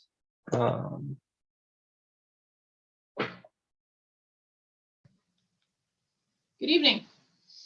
Got 5 minutes. Thank you. Okay. I'm Shanna Mead. I am the production manager here at Stafford Homes. My address is 8840 Southwest Holly Lane, Wilsonville. And then I also have with me Brian Cavanis, General Counsel for Stafford Homes, and he also resides or works at 8840 Southwest Holly Lane, Wilsonville. So we currently are neutral on the density issue in this whole topic of conversation. We would like to bring forward that Stafford Development and Stafford Homes plans are intending to provide a minimum of street parking units, 1 unit for every dwelling. And I have a spreadsheet that shows every single lot we've done and the existing lots here in Pringle Creek. And each one either gets a garage, a driveway, parking pad, or an off-site garage. So like in the Off-street. In the lot 31 to 39 lots, they're going to go ahead and have 3 and 4 car garages. 2 buildings, one has 3 slots, one has 4 slots. And they cover those lots, the houses that we built that don't have parking physically on the site. We reviewed each lot here at Pringle Creek, and 146 lots total. And when I went through my list, there was only actually 1 lot that was in question, and we have actually started to account for that. So we don't feel like the density, we're totally neutral on that, but we would like to chime in anytime something comes up about parking, and we're free for conversations. One thing that I would like to just put a comment on and a clarification that during Ms. Chu's testimony, there was some discussion about the homeowners association. And the homeowners association does not take a position on this, or at least Stafford as the declarant for the homeowners association also does not take a position. And it is not Stafford's or the homeowners association's application. This is Sustainable Investments application.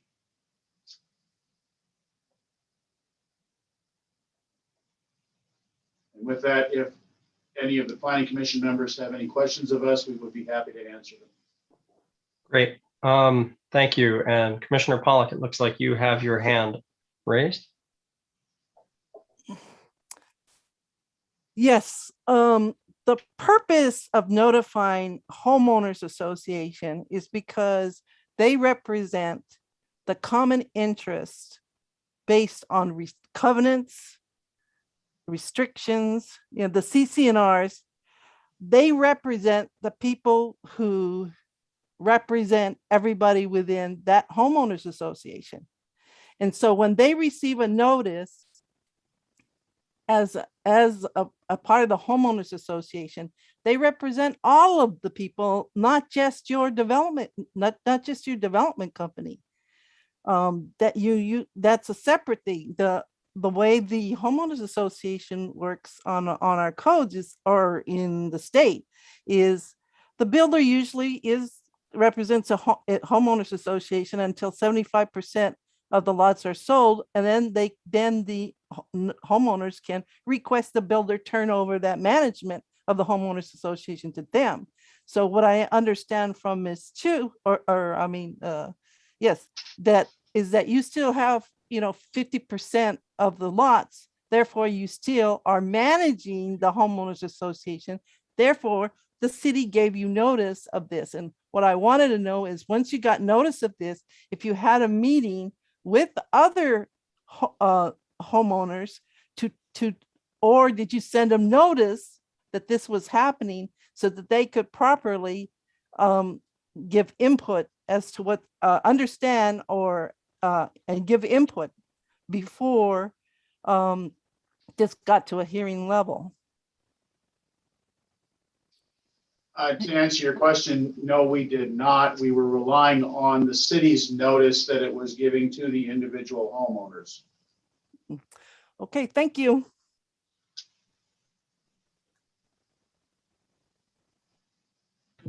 Any other questions from commissioners? Thank you, Shannon and Brian. Okay, we're going to the last one on my list. We've got Stephen Dearly. Hopefully I got that right. You will have 5 minutes.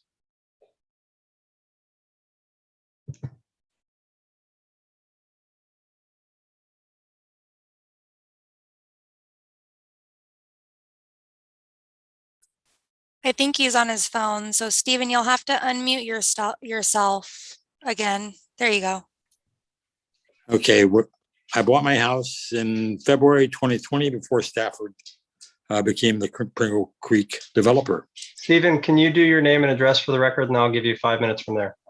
Sure, Stephen Dyerly, and I live at 1839 John Muir Circle with my wife. I'm a supporter of the appeal. And as I stated, I bought my house in February 2020 before Stafford became the Pringle Creek developer. At the time of purchasing my house, Pringle Creek was a peaceful, nature-oriented collection of people and homes. Recent building by the present developer has demonstrated the neglect of adequate parking for completed homes, crowded residential parking on both sides of the streets, which restricts traffic flow and room for safe car traffic, two-way traffic, as well as for pedestrian and bicycle traffic. The developers plan to build units without dedicated parking. I do not support that sort of a density increase to the PCC plans. Population density requires dedicated resources such as parking and preservation of natural resources such as trees and bioswales. These items have been neglected by the current developer and code should be enforced by the city with the present contracts. And that's all I have to say. And thank you very much for providing the opportunity for us. Thank you, Mr. Darley. Are there any questions from planning commissioners?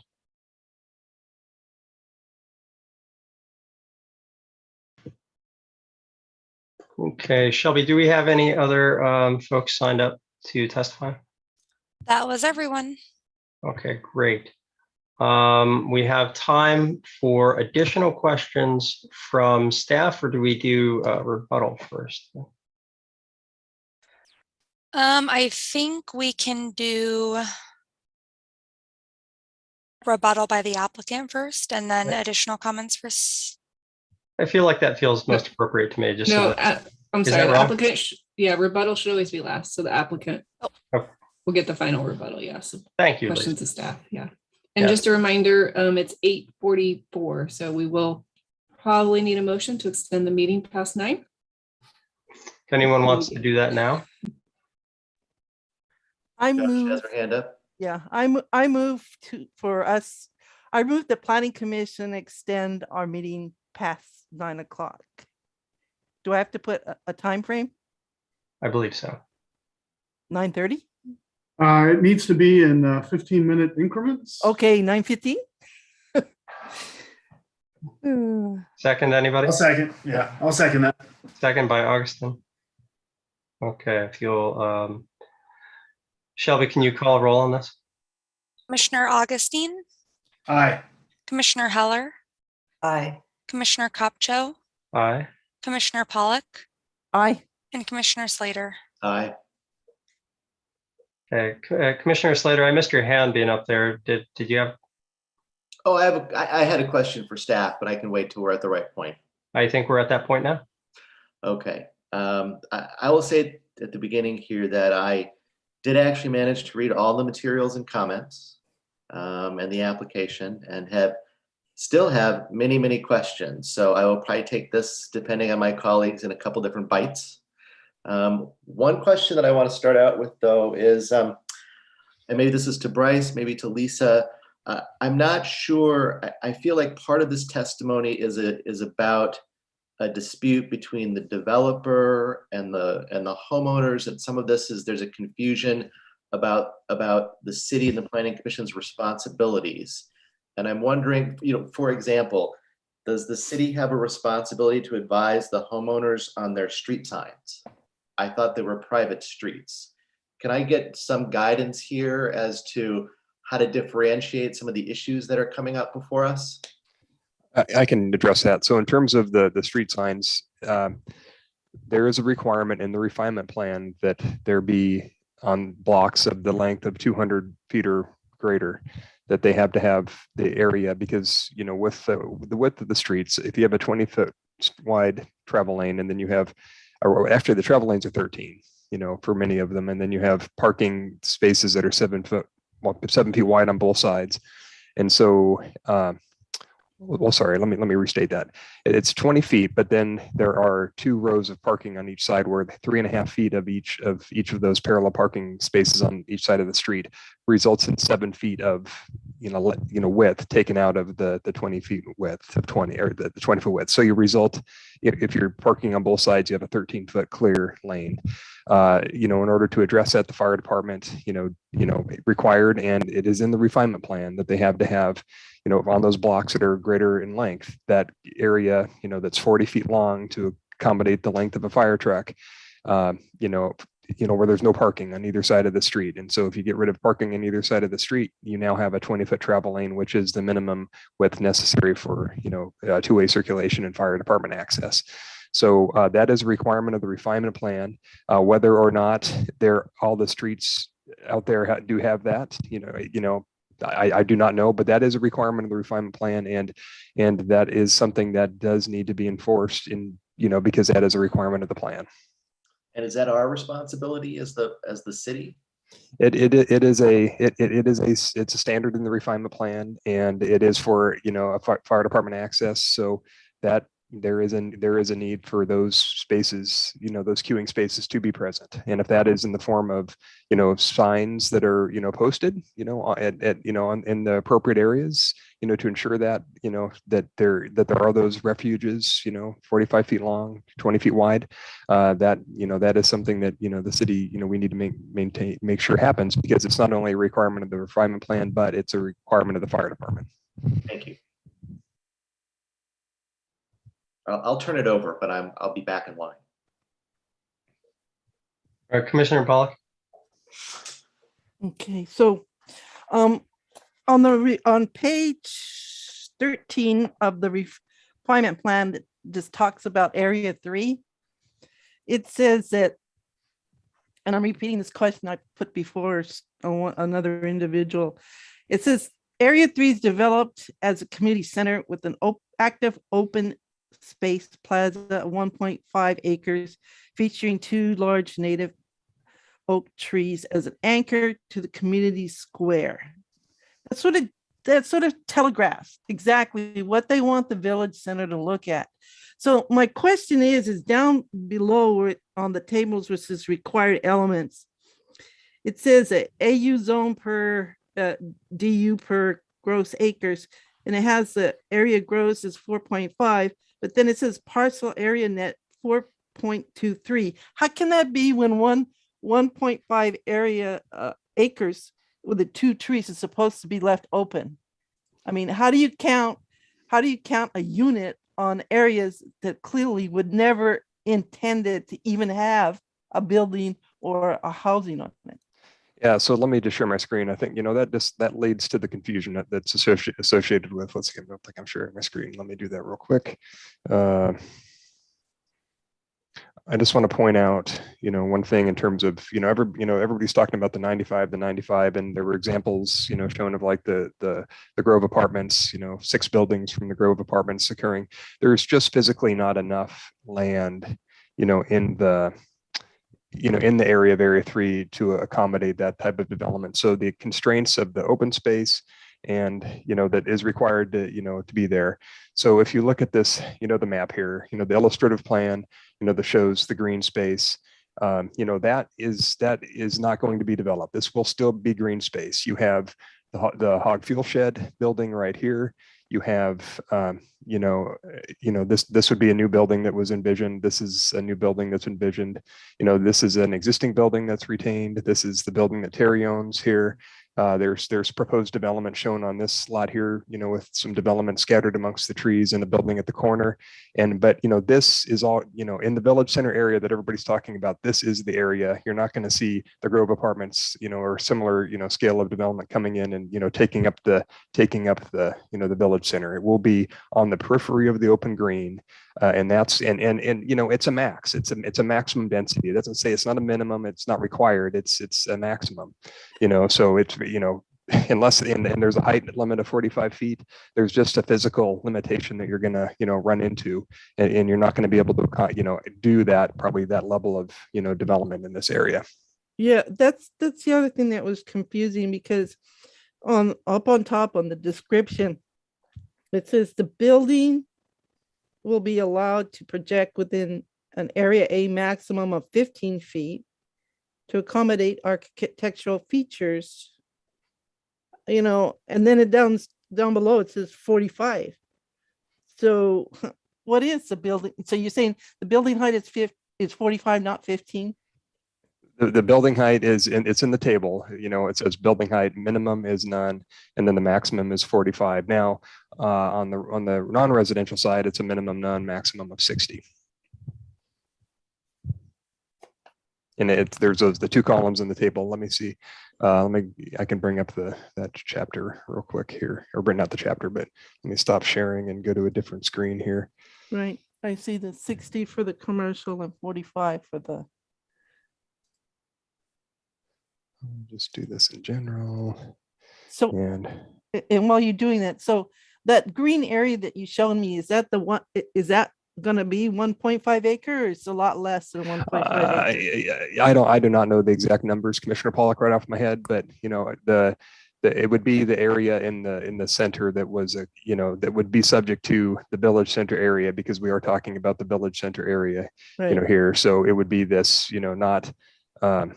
I'm not sure if any of that is being accounted for in the open space, air, corridor along, Pringle Creek, but this will be, the green space that's in, that will be open space still. That's part of that, is the core characteristic of the village center. And so what will happen is, the things on the perimeter of the village center in new buildings and, or reuse of existing buildings, and then as shown on that, on the illustrative plan, it was as part of the refinement plan.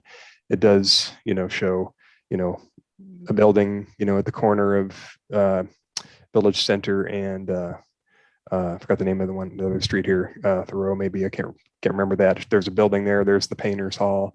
There's development here, but it's around, the central core. And there was discussion that came up about, apartments aren't identified anywhere in the refinement plan, and they can't find that language anywhere in the plan. And I would just like to, again, draw everybody's attention to the, this is a description, but when in terms of the regulatory authority or the list of the uses that are allowed, permitted land uses, it says a complete table of permitted land uses per chapter 143, which was the old Fairview zone. Now it's chapter 530, is located in Appendix C. So if you go to Appendix C in the refinement plan, it takes what was allowed in the zone and further refines it. And sorry, don't get sick, everybody, if you have motion sickness. So you look at the residential category here. It says unlimited number of dwelling units and guest rooms in apartment houses, court apartments, condos, residential hotels, room and board. And then in terms of where it's allowed, so apartments are permitted in the AU and the BC. Yep. Okay, well, thank you for that. Commissioner Heller. Thank you. Bryce, will you help me? You said that the density wouldn't be like the Oak Grove apartments. So how many apartments could go in there? You probably have it somewhere, but. Well, the total area, all of that area 3, it would have to share amongst itself. 95 would be the maximum number of units that could be accommodated in area 3 in those areas around the periphery of the open space. Okay, thank you.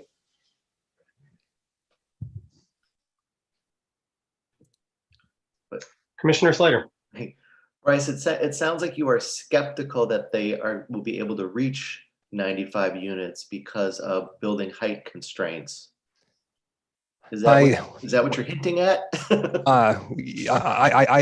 I'm skeptical that there will be 90, that a 95 unit maximum, but of course that's just speculation. The code would say 95, and then it would be a question of can the 95, how and if can those 95 units be accommodated in the space that is identified in the refinement plan as developable area? Developable area. Do we have a map? It's not part of the HOA because there's the in terms of when I get back to let's see, let me share my screen again. I feel like what would have been really helpful are kind of boxes and cubes on the map that show the maximum potential use for that land. That would have helped me.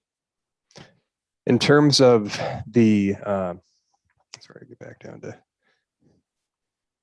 this doesn't have the plats. Let me go to a different screen here. Sorry, I'm going to be sharing. I just need to share my one screen instead of just doing the actual one. Let me just get to my general computer screen again so I can move between windows. So can you see this GIS map? Yes. Okay, cool. So I'm going to, kind of move around here and get into Pringle Creek. And so here we have here's the platted lot boundaries, so, there is, existing building on a lot, an existing building on a lot, this lot, it will be subject to further development. This, is subject to further development. You have the painter's hall here. You have another lot here that's subject to further development. This lot, is, as shown on the illustrated plan, is subject to development, but this area here, the community green, and then this, here, obviously, along the riparian corridor, these will not be developed. These are, part of the plan. That's the open green in the village center. So I see 3 undeveloped lots outside of the village green, and then, like a portion of this one here. Yeah. And then even in that drawing, it shows like buildings kind of like sited kind of in a creative manner. But this one you have, this one, this one, and then this is a big open air former, fuel shed, so it, if that state, I don't know if that will stay that way or if there's some plan to redevelop that in the future, but there is development potential there as well. And all of those spaces are limited by the building heights. Yeah. And sizes. Mhm. Okay, that was very helpful. Thank you. Any other questions for staff before we move on? I've got one, I guess. If it wouldn't be really possible to put 95 there, what would be the point of increasing the max to 95? I can't speak to that. I don't. Okay, that just seems like a feeble exercise to me. So, okay, so if we have no further questions for staff, I can give the applicant 5 minutes. Wait. What? Wait. You have, oh, okay. I should always double check with you. No, I'm I just know. sorry, Commissioner Paul. Sorry. So those developable lots that you showed us, was that an area that also the commercial places would go? Mm-hmm. Yeah, that's the It's like an either or, either the commercial or it talks about mixed use buildings, in the plan. I think it says in area 3.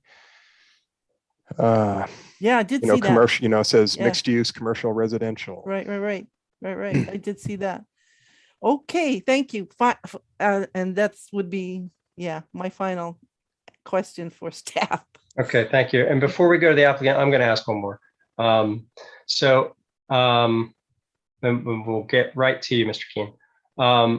Bryce, the refinement plan has last been updated in 2005. The Fairview plan was updated in 2016. Refinement plan, I think. No, the Fairview plan was just the Fairview plan was adopted before the refinement plan. It has not been ever amended or updated. It's the refinement plans when they come in.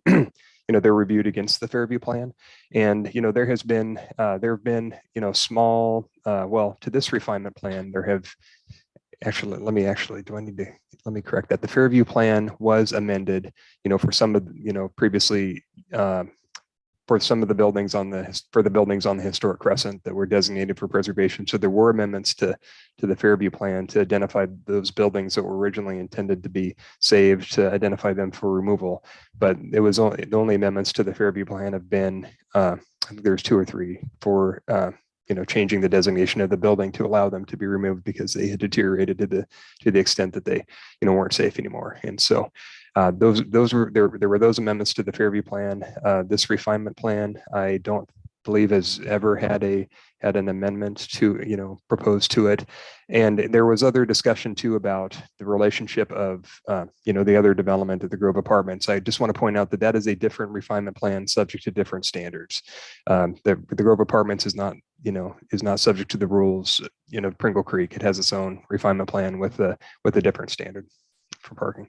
Is there any potential impact? Maybe this is a Eunice question for our Salem with revisiting the 30-year, if this hasn't been looked at for 15 years as far as an amendment to the plan. So the city can initiate amendments to the plan. So it is definitely the city it can do that if there is direction. So it's a possibility. I can't speak to, I defer to Lisa in terms of, whether or not we have the ability to, kind of take that on, as part of our Salem or not. Sorry, Right, I have one more question. Oh, sorry, I'll just jump in. I'm not sure, I guess maybe your question I thought was if this plan has changed, does that impact assumptions in our Salem? If that's not the question, that's the question I'll answer anyway. The answer is no. We assumed a certain amount of units overall in our housing needs analysis. Otherwise, since it's already has a development, proposal generally approved, zoning, et cetera, in our Salem, we didn't envision anything new for besides what it's in the adopted refinement plans. No, I think that sums it up. I was just curious if when we're, revisiting with our Salem, if we looked at any of these older, decade and a half old refinement plans and how that might be updated based on what we know now that we didn't know in 2005, from planning, from climate, from everything else, transit and so on and so forth. So, Commissioner Slater. Thanks. Bryce, we heard some testimony that new construction is not consistent with some of the original, I'll just use the word vision here, such as LEED certification and solar and geothermal. Whether or not that's true, is there a requirement in the standard in terms of LEED certification or renewable resources, renewable energy? Not, in the, it would be in the refinement plan, and it would be, it would be a private issue between the property owners and the developer. Okay, so it's not in the refinement plan, that those expectations. I do not believe so. I think it says aspirational goals, and so that's something through private agreements that they've. Right. So any new development on those buildings, for example, would not have to be renewable or LEED certified based on the current. Yeah, we have not been, requiring LEED certified, with buildings. Thank you. Okay, and I promise this will be my last one. It's a Lisa question, probably. In October of last year, I think we heard a case for the Morningside neighborhood. I have it in front of me, actually. But in it, there was traffic impacts, and I think there was talk about improvements to Reed Road as a result. That went through, correct me if I'm wrong. And so those are forthcoming. And I know that this isn't adjacent, but I'm just thinking in terms of overall scope of the neighborhood as far as transit is concerned. Yeah, absolutely. That was an apartment complex. I think a comp plan for apartment complex. There was a subdivision, the corner, those are at Battle Creek and Reed. And so they are doing street improvements. And then there's other developments on the Fairview property but Reed that are also currently working on street improvements, going through permitting, that kind of stuff for the street improvements. So yes, Reed Road improvements are coming. Okay, just making sure, because it's my understanding, listening to Chariots and Scats, that should that happen, there will be additional bus stops along that corridor. So okay. Could I add something to that, Commissioner Kupcho? I would also say that, based on getting back to, let me share my screen here. In terms of, a big thing that's happened now on the site is Limburg Road is now completed, from Reed to Old Strong. And so in terms of getting transit into the site, there is an existing route as has been testified. Can you see the screen? Am I sharing? Yes. Yes. Okay, cool.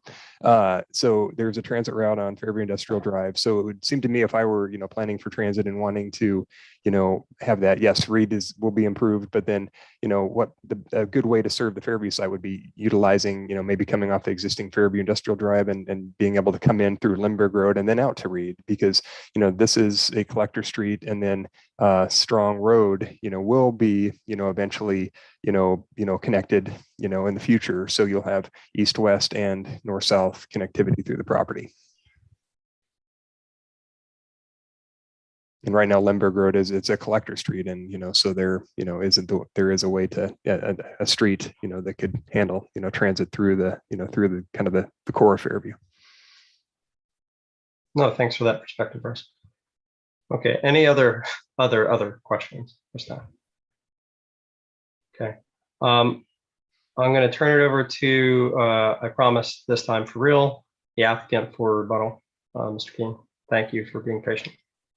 Oh, thank you very much. And I did want to address the question of why it was 95 units shifted to the village center rather than a lower number that was a little more realistic to build. And that's because they did not want to adjust the overall units allowed for Pringle Creek. Wanted to stay at the 300 plus number and not adjust the overall residential units allowed in the area. Another thing I wanted to point out real quick was that proper notice was provided to not only the HOA, but the neighborhood association. And by my count, most of the applicants, or the appellants and objectors speaking tonight had the opportunity to comment on the minor amendment and did so before the staff, before the administrator issued their report. So there was community outreach, and those that reached out to Sustainable and asked questions, those were answered and they were responded to. In terms of the vision and the density, if you go back and look at the slide that was pulled up with the 3D model, you'll see that Pringle Creek is actually quite dense. And we're not hiding the fact that we are shifting some of that density from the other areas within Pringle Creek to the village center. It was envisioned to be quite dense. And you can see that in that 3D model. And in terms of why they're going from minimum of 4, maximum of 30, and area 3, if you look at page 13 of area 3, you'll see that those lower numbers, the initial residential units of 4/3, that's estimated residential units. We increased that to 4/95 to maintain the overall residential units in the community. But right above that, the required residential units as 27/135. So this is not something that's out of bounds. If you look at page 13 again on area 3, this just deals with area 3. It contemplates, again, a boutique hotel, mixed use commercial residential. It allows for apartments because one of the goals is economic diversity. The other piece is just because there's a max allowed of 95 residential units and 45,000 square feet of commercial doesn't mean it's going to get built, both of those. They're still subject to the requirements of fire, setbacks, height limits, all that.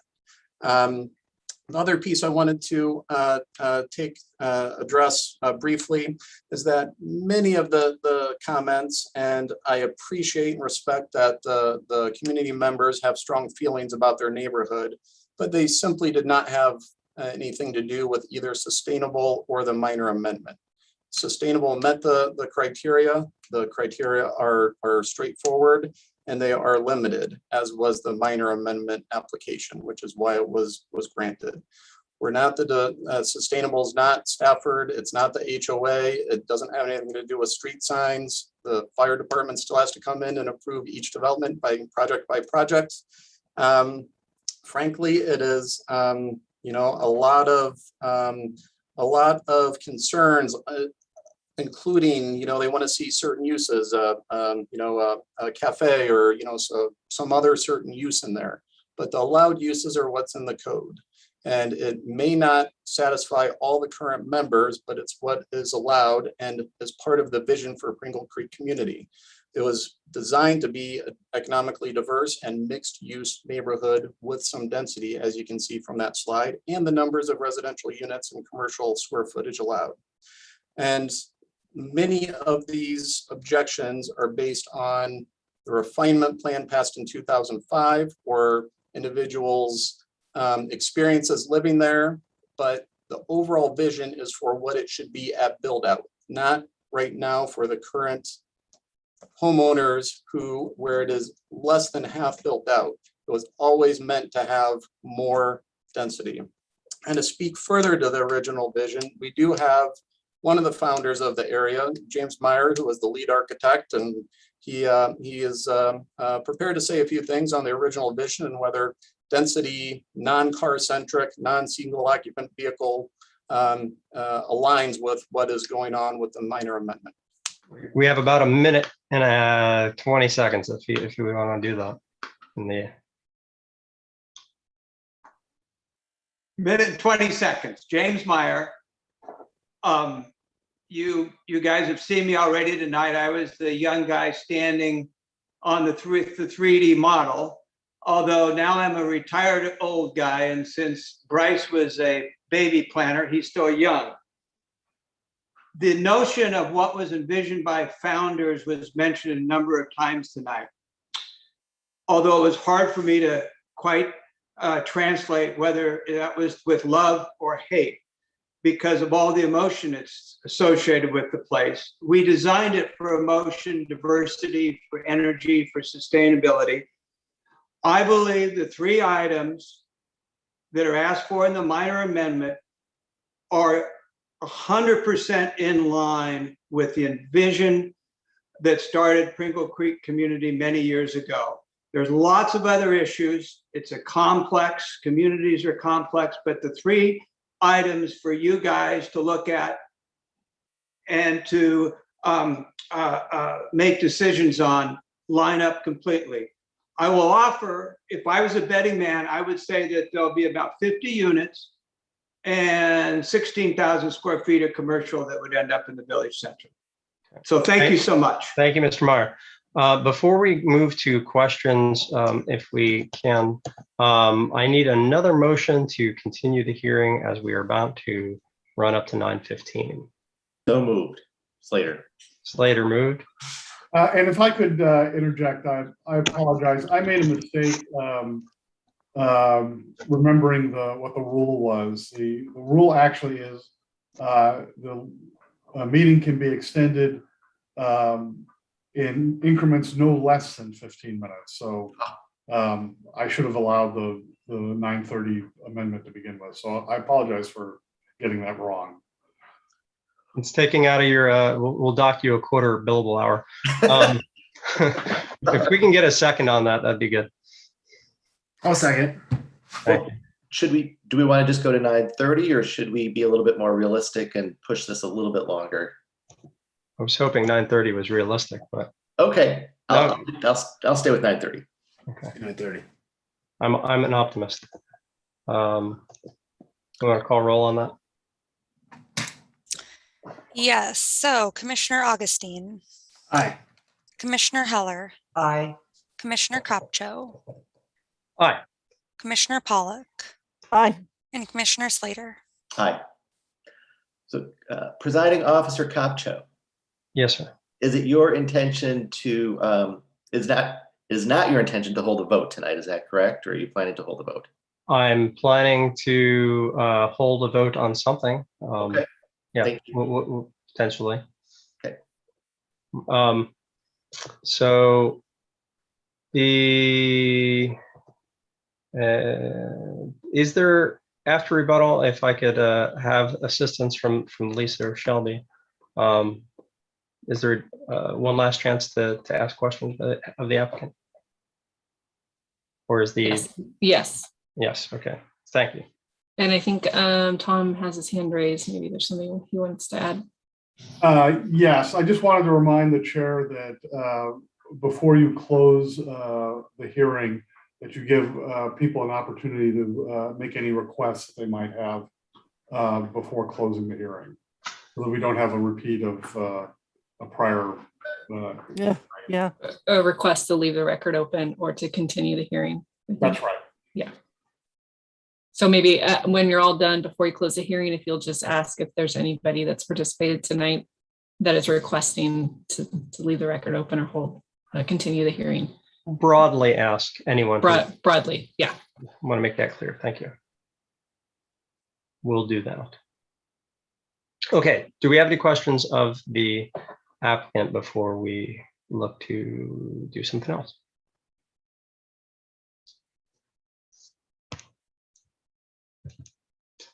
Okay, it's a very early 9:17, so just making sure. All right, so I can look to close the hearing. I guess the question before us is, are there any folks who wish to request to continue the hearing or leave the record open?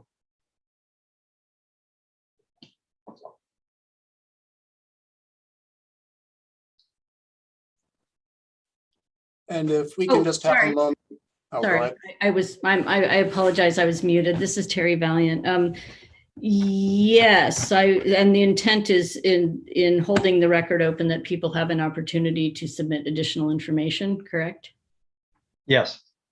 And how long would it be held open for? So when a request is submitted, we do 777. So 7 days for anyone to submit new evidence, 7 days for anyone to rebut the new evidence, and the last 7 days is for the applicant for their final written rebuttal. Okay.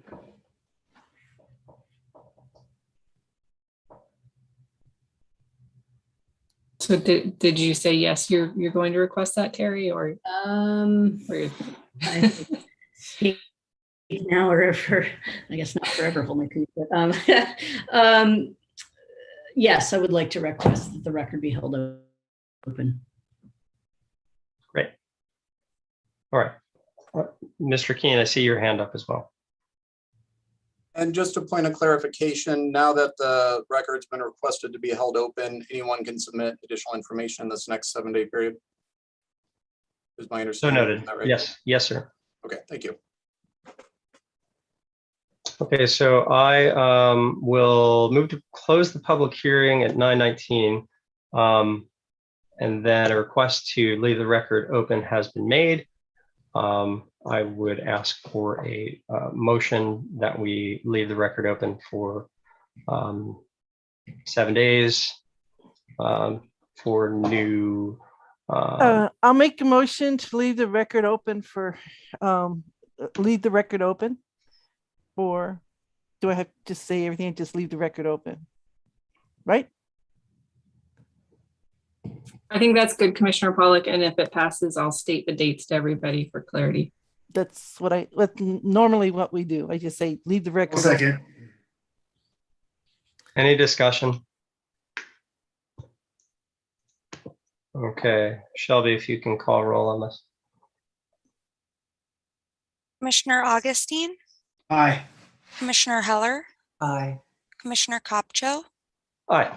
Commissioner Pollock, Aye. and Commissioner Slater. Aye. Okay. And Shelby just sent this to me, so I didn't have to do any of this myself, but thank you, Shelby. So the record will be open for new testimony until August 24th at 5 p.m. Rebuttal testimony till August 31st at 5 p.m. And then final written rebuttal by the applicant September 7th at 5 p.m. And then the Planning Commission will deliberate only on September 21st and issue a decision that night. Lisa, And yes. sorry to interrupt. Okay. When does the holiday fall in September? Monday the 6th. Okay, so the deadline doesn't fall on the holiday. Is that correct? No, correct. Great, thank you. Yeah, those are all Tuesdays. Okay. And testimony can be submitted to Shelby or to Bryce in the same way you've been submitting testimony already. Lisa, can I just ask a quick question? You said August 24th for additional written testimony or info, and then August 31st for applicant rebuttal. Is that right? No, the second period is for anybody to rebut the testimony that was submitted in the first 7 days. Oh, anybody to rebut. Okay. Yeah. So at the end of the first 7 days, we'll send out all the new stuff that was submitted to everybody that's participated. So everybody will get a copy of what was submitted. Okay. And then August, okay, that's August 31st. And then September 7th is for the applicant to rebut. Correct. Okay. And then the hearing would continue on what day? Deliberations would be on September 21st. September 21st. Okay.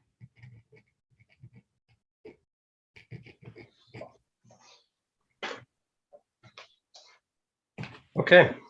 Thank you, Lisa and Shelby, who wrote everything that Lisa said. So that concludes the public hearing section of the agenda. Item number 6 is the special orders of business. We have none. Information reports. I don't believe we have any of those either. Public comment for anything else on the agenda. I don't have anyone signed up unless someone snuck in there. Which moves on to the planning administrator's report. I don't have anything except to thank you again for another long night and your dedication to being on the Zoom call for 2 nights in a row. Thank you very much. The pay is too good to pass up. Okay. Any other joke? I got a 10% raise this year. Commissioner Pollock, for the good of the order. Yeah, I got stuff to say, but because it's late, I'm gonna save it for another day, just so you know. It has to do with the rules of evidence and quasi-judicial hearing, and I'll take that up on another time. I don't know. We got 7 minutes left until. No, I'm just kidding. No. Okay. All right. Well, if there's nothing else, then thank you everyone for bearing with me here. And I will adjourn us at 9:23. Thank you very much, everybody. Thank you for leading the meeting, Commissioner Bye. Capcho. Yep. Right. Thanks.